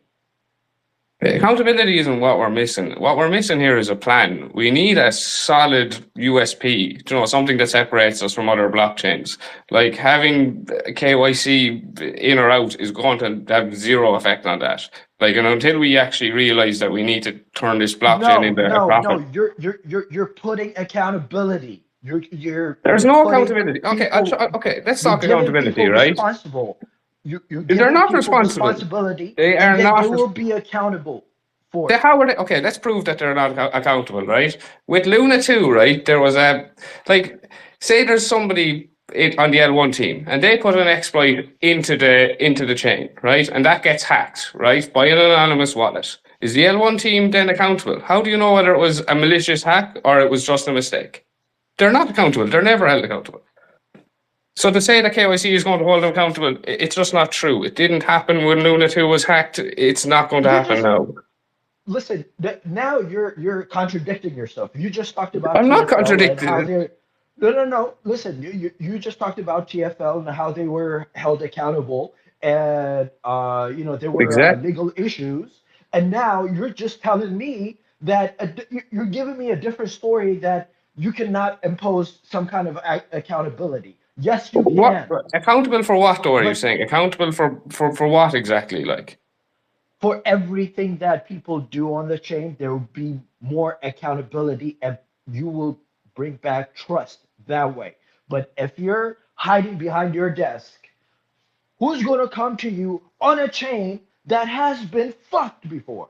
Excuse my French. I mean, who's going to trust you? the whole point is that you build a trust list. It's just a simple fact, brother. Like, I'm not trying to be I'm not trying to be an asshole about it or anything. It's just a simple fact. But we're Well, so what does in love with KYC this bring you in terms of ideology of protection? Like, what does it bring you? it brings accountability, and people will have somebody to look forward to. They But in what they can respect? Like, make them how would accountable. somebody be held accountable? Like, say the price dumps in LunaClassic, right? And the team that you put together, they're working away their row back or whatever, but the price is just dumping, or they make a mistake doing one I'm of gonna the sound like a maintenance broken things. Like, record right now. I'm gonna sound like a broken record right now. I mean, look at Ethereum. Look at other chains. There is a designated team that is held accountable. but they're not really held accountable. Like, if you think that having KYC makes them held accountable, by all means, but it doesn't. I mean, am I talking out of my ass here, guys? Like I feel like I'm gonna sound like a broken It record depends, right now. Raul. It depends on what type of accountability, because you could have dev KYC and dev could still rug. It gives a sense of protection, like knowing that you can put a face to a company. I touched on new coins, investing in new coins. You want to check what the team done before. But it is crypto as well. There are projects that have great product that you trust the code. Talking about a Bitcoin is a separate example, but Bitcoin we trust the code. So it's not a straight yes or no answer. So to some extent, I agree with what Yitai is saying, that having KYC, you can see a person, a person, even if you go through a legal way, you can't, depends on the legal rules if you can hold them accountable. But if there's a name, there's a face to it, you can still feel there's more sense of security. You can But it's build not trust fully and confidence accountable. around it. Exactly, and that's exactly what I'm trying to say. Thank you so much And for and that. and and and, and Redline, we have to appreciate what the general investors feel as well, and general investors at the moment. And I think the essence, maybe me and you're a bit from the previous crypto, but I don't know when Yita joined. I feel like the essence of decentralization, KYC, has changed a lot. I think more people are open to just getting crypto prices to go up. They care less about decentralization, less about all this stuff. They're just like, I just want my coins to go up, numbers to go up. There's less. It's becoming more mainstream, where they're talking about legal stuff. Having docs, KYC. I think it's changed a bit, that I've noticed in over the years. Right. Yeah, mate. So go ahead, Redline. Yeah, look, I get it. Like, and I get you can have a team and they can be accountable for the work, and that there is somebody there. I do get that. Like, my thing is just having the compulsory KYC for every team member. Do you know what I mean? Like, I'm not against having like a team where you have KYC people on it, and that you have somebody like you can have a KYC voice for the chain. I don't like that. Like, we're not against that. I think people are misinterpreting that. We're just against compulsory KYC. Like, you can have a KYC voice for the chain, you just can't have a fully KYC team that's in control of the direction for the chain. If that makes sense, because that then creates trouble, if that makes sense, and a security issue in itself. I think that maybe that's like the difference between the two factions here. Like, my side, I'd say either side is very minute. Wait, let me ask this so that you can dissect it a little bit. What are you talking about in terms of security risk? What does that mean? Like, in terms of risk, like, so say for instance you have a fully KYC team and you want somebody that's going to work on decentralized money, say, right? Like, say US legislation goes against what we're doing, or says that whatever idea we have for the chain, that's not legal over here. Why would you even want to go that route? Like, I'll put you this way, right? If you look at USTC and this is what I'm saying. Like, there's like well, the whole we're point talking about some if somebody does some shady stuff, they should get away with it. That's basically what you're trying to. No, that's not what I'm saying. That's not what I'm saying. I'm saying, like, so the original reason that Bitcoin was even invented was to move away from TradeFi and move away from the regulation that TradeFi had and banks. That was a big part of it, and that you had a mutable ledger, so it was a part of security as well. Like, I'm not saying that you do anything illegal or malicious. I'm saying, or not saying that you do anything malicious, but like, the government's Yeah, if you're regularly not take doing like. something, okay, if you're not doing something malicious, or if you're not doing something that you're not supposed to, you're not supposed to be doing, then who cares if you're KYC'd? Well, As look at long as TF. Well, you look at have it. TFL, and look at all the people that were working there, and look at Do Kwon. Like he's about to face like hundreds of years in jail. Like, do you think anybody would even want to work with those kind of risks? Whereas if you maintain your anonymity, you can kind of avoid that. Do you believe that Do Kwon did something wrong? I don't. That's the difference.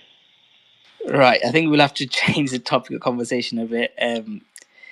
DJ, you put your hand up, and then Yeah, Pink had to leave, and she sent me a message to ask me to express her love and appreciation to everyone for welcoming her and taking part in the conversation. So I just wanted to say that. The other thing that I wanted to say, just real quick, and yeah, I understand, let's get away from this conversation because we're not going to solve it here today. But the other thing I want to say is that, Yita is he says that he's just a regular community member, okay, but he's one that came up and actually opened his mouth. Very, very many won't do so. They won't come up and open their mouths. But I don't have a crystal ball, but I think if I were to guess, if most community members like Yita were to come up and open their mouths, you would hear a very similar frustration and aggravation and the same exact story. And what I would like to implore everybody to do on all sides is not necessarily try to keep convincing each other of your point and why you're right. The best thing to do is listen to each other and try to understand, why does this person have the perspective that they have? Because it's not invalid because you don't agree with it. It's valid, right?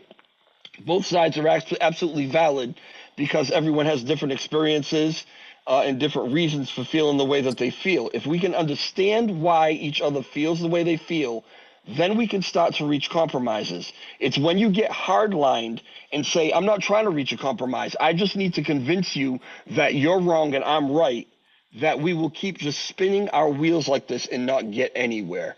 So that's pretty much what I wanted to say. I appreciate that, but you guys can call me Wes. I know that name is kind of hard to pronounce, so it's just the last it's just the last three letters of my first name. Wes is fine, but I appreciate that, DJ. Wes, we appreciate you coming on. I think we need more of that. So I try to at least have half an hour to bring on people to ask questions because, I think you share the voice of other investors as well. Right. We're going to start going around the table, guys. We've gone for 2 hours. David, you've got your hand up, and then Vegas, then we'll go around the table. Yeah, good conversation. So my last sentence, and before I say that, this was a good speech. Thank you for coming up once again. We really need more people like you. With open mind. But what I wanted to say is that maybe L2 is where we can have all the privacy, non-KYC, and all the things that we want to do in the ways that our teams want to do it. Each project can have it differently. Maybe this is a solution to have L2 for that. And maybe, just maybe, those 3 years in L1 showed us that things are not working and we need something 100% different or 360 degrees different, whether it is KYC and other stuff. What needs to be changed? There are a lot of things, but certainly it's not working, right? So maybe this division into L2 and L1, which is different than it is right now, should help us move forward.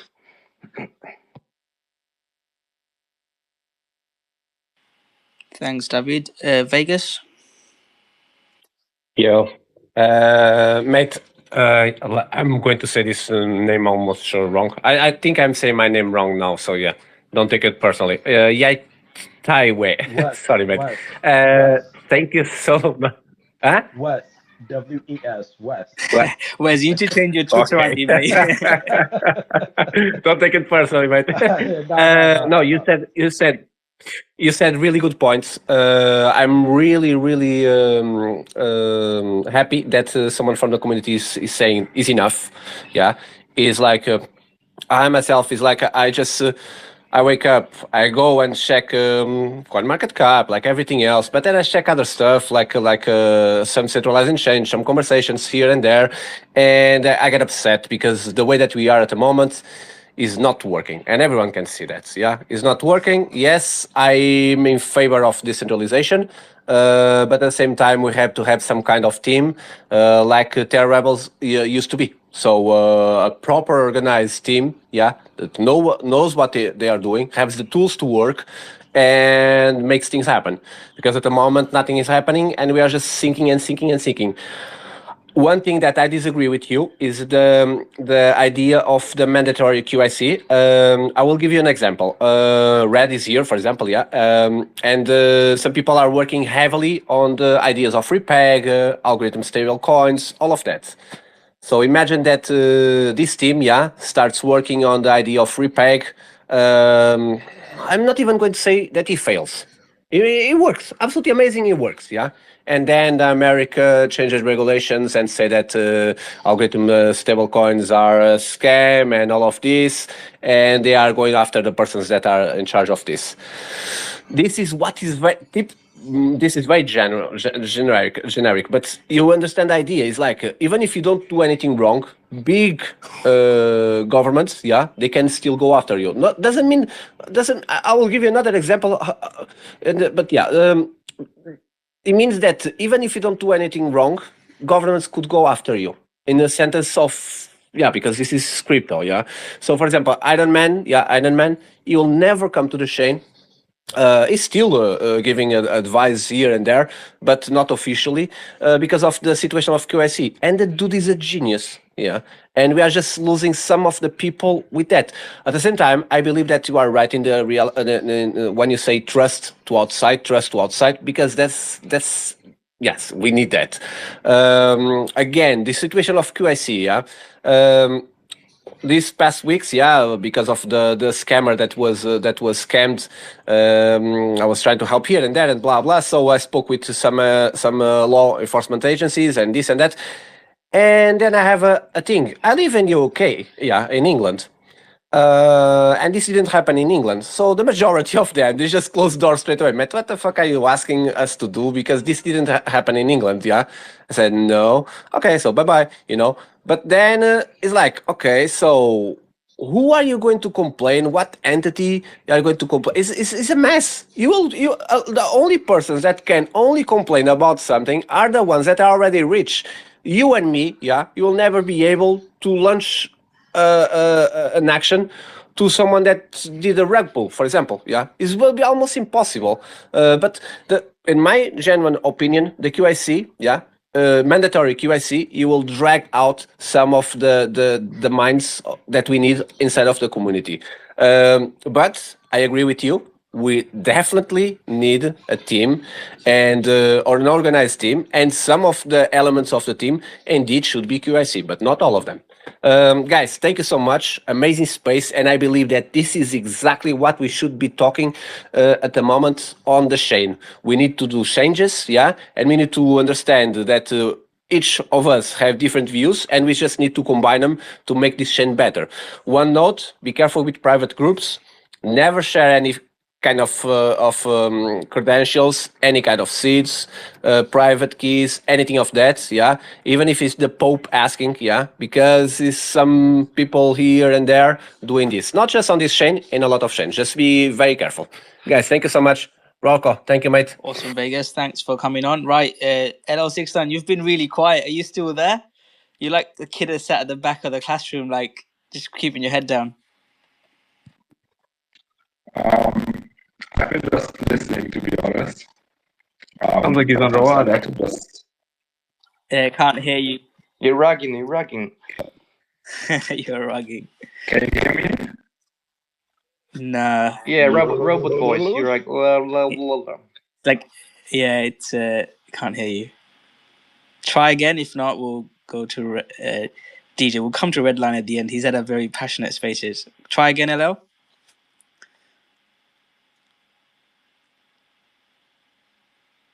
Okay, I think is gone. I mean, the plan for this spaces was we'll talk about sort of L2s, like I named it. I'm trying to do this crypto gems, talking about Juris, Terra, Selenium, other coins, projects, other projects. Queen and a DJ and I are invested in Queen.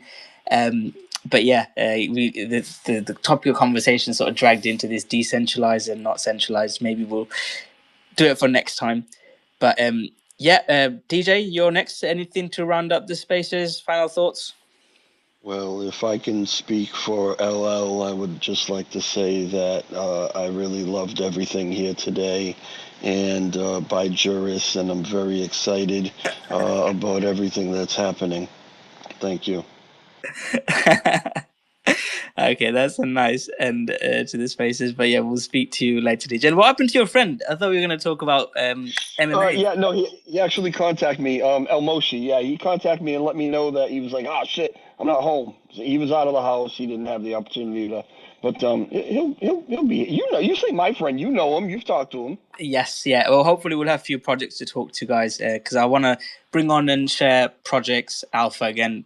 Not financial advice, but you can do your own research. But we can find out about AI projects, meme coin projects, DeFi projects, and obviously the focus on LunaClassic. We'll have hopefully a few projects on next week. Next Spaces is on Thursday, guys. We've got a special guest HC joining us. If you want to tune in, and then we'll do our usual Spaces on Sunday again.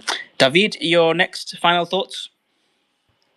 Well, I think I said already all things that I wanted to say. I guess that LL was silent because he's worried and he's working hard on Juris, so he he needs to be focused on L2.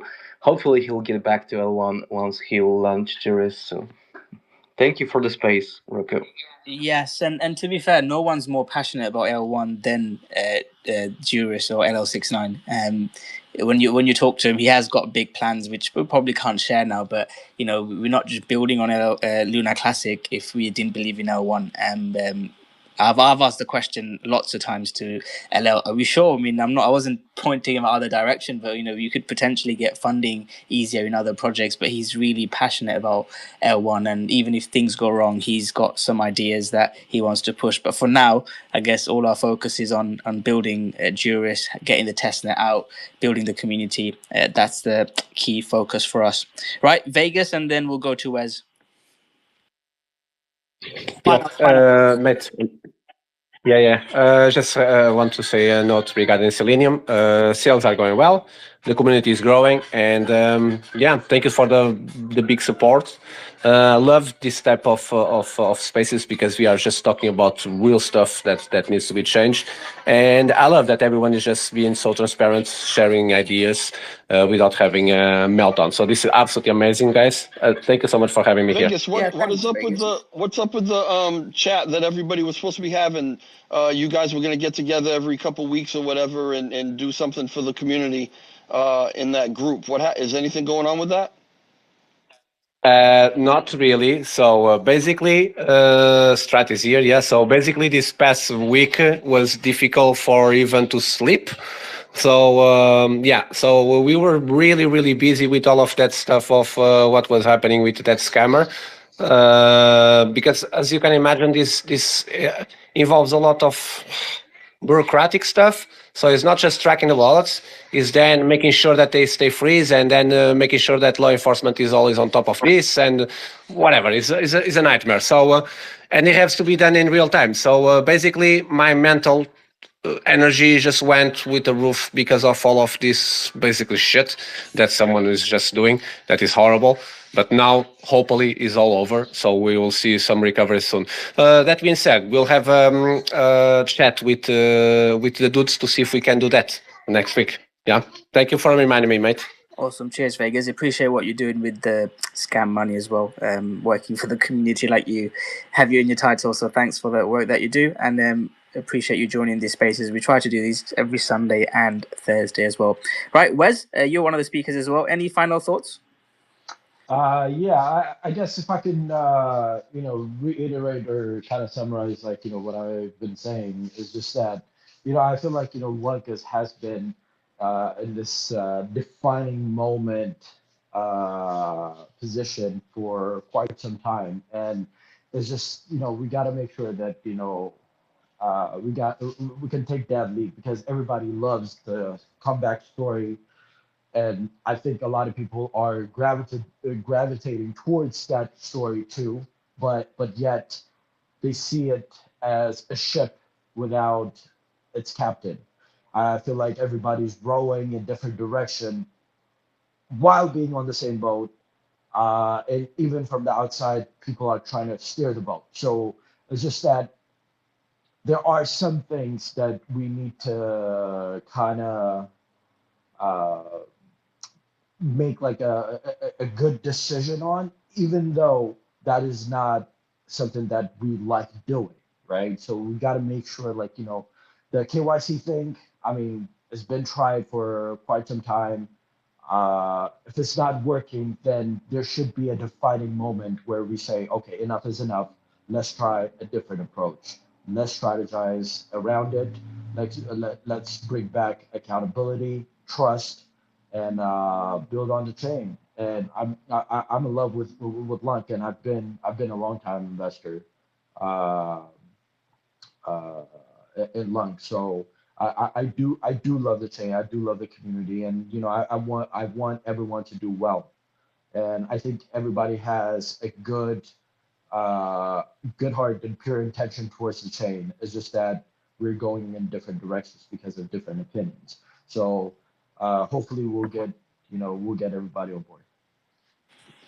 Awesome, Wes. Appreciate you coming on, and I think I encourage more community members, investors, to come up and speak, make your voice heard. It really, helps people that are more in the know-how in the working to get your feedback and take it on board. Right, finally, Redline. It's been a bit of a fiery spaces. I like your passion about decentralization. Your final thoughts. Anything you've heard that point? It's a bit of a busy one for me, all right. I suppose firstly I'd like to apologise to anyone for coming across a bit confrontational. It just, decentralisation is kind of something that I'm passionate about, and decentralised money in particular, really. And for me, it's just I don't mean to be so abrasive. It's just literally it's just because I'm passionate about it. I suppose in kind of final words, I suppose the thing is that I be kind of agreeing with Vegas, and I agree in some sense with Wes that that like the community, I get you want accountability and a team or some place you can look to. But so I don't know if you can have maybe a blended team of KYC and non-KYC individuals, but something like that would work perfectly fine. And you wouldn't be disenfranchising one section of the community by doing that. I don't know if that's something acceptable to you, but you could have a KYC spokesperson or something like that. And that's not something, that's something we're not against, if that makes sense. I think we're arguing over quite fine details on this, it's really the compulsory KYC, I think, is the real crux of that proposal. In that every single member of the team would have to have it. So I don't know if that's something that would be acceptable for the other side. Although you can nearly put this to vote, I seem to be the only voice kind of shouting for it here. So if judging by that, you can nearly put it to vote now and see how you get on. But for me, I don't know if that's something you'd accept or not, but maybe that would be a middle ground where you have half a KYC team. It could even be 90%. It's the compulsory side of it that I kind of disagree with, if that makes sense. I think Vegas said Strat Collies. It would have been good to have him on because I really liked. I think it was him who wrote it in a proposal on Twitter that it could be people that are handling money or people that are deploying code that have to be KYC'd. That's something that I really support, and maybe Pink and DJ can get in touch with Strat and include that, because I think that's something the community can get behind, and it's more like a middle ground. But again, thank you everyone for tuning in. We do these every Sunday and Thursday. Next spaces will be Thursday. Hopefully we can talk more about the development side and less decentralization, and I wouldn't say arguing. I think it's still an important conversation conversation to have of the vision that we want to take our chain. And then Sunday we'll do another spaces focus on more of L2, other AI, meme, and other DeFi projects. So thank you everyone for tuning in, and special thanks to all the speakers and my co-host. We'll catch you guys next Thursday. If you do enjoy these spaces, guys, do like and share this with other people. Hopefully we can attract more new investors into our LunaClassic community. So thank you very much. I'll speak to you guys later. Thanks, Rocko. Good night. Thanks, Rocko.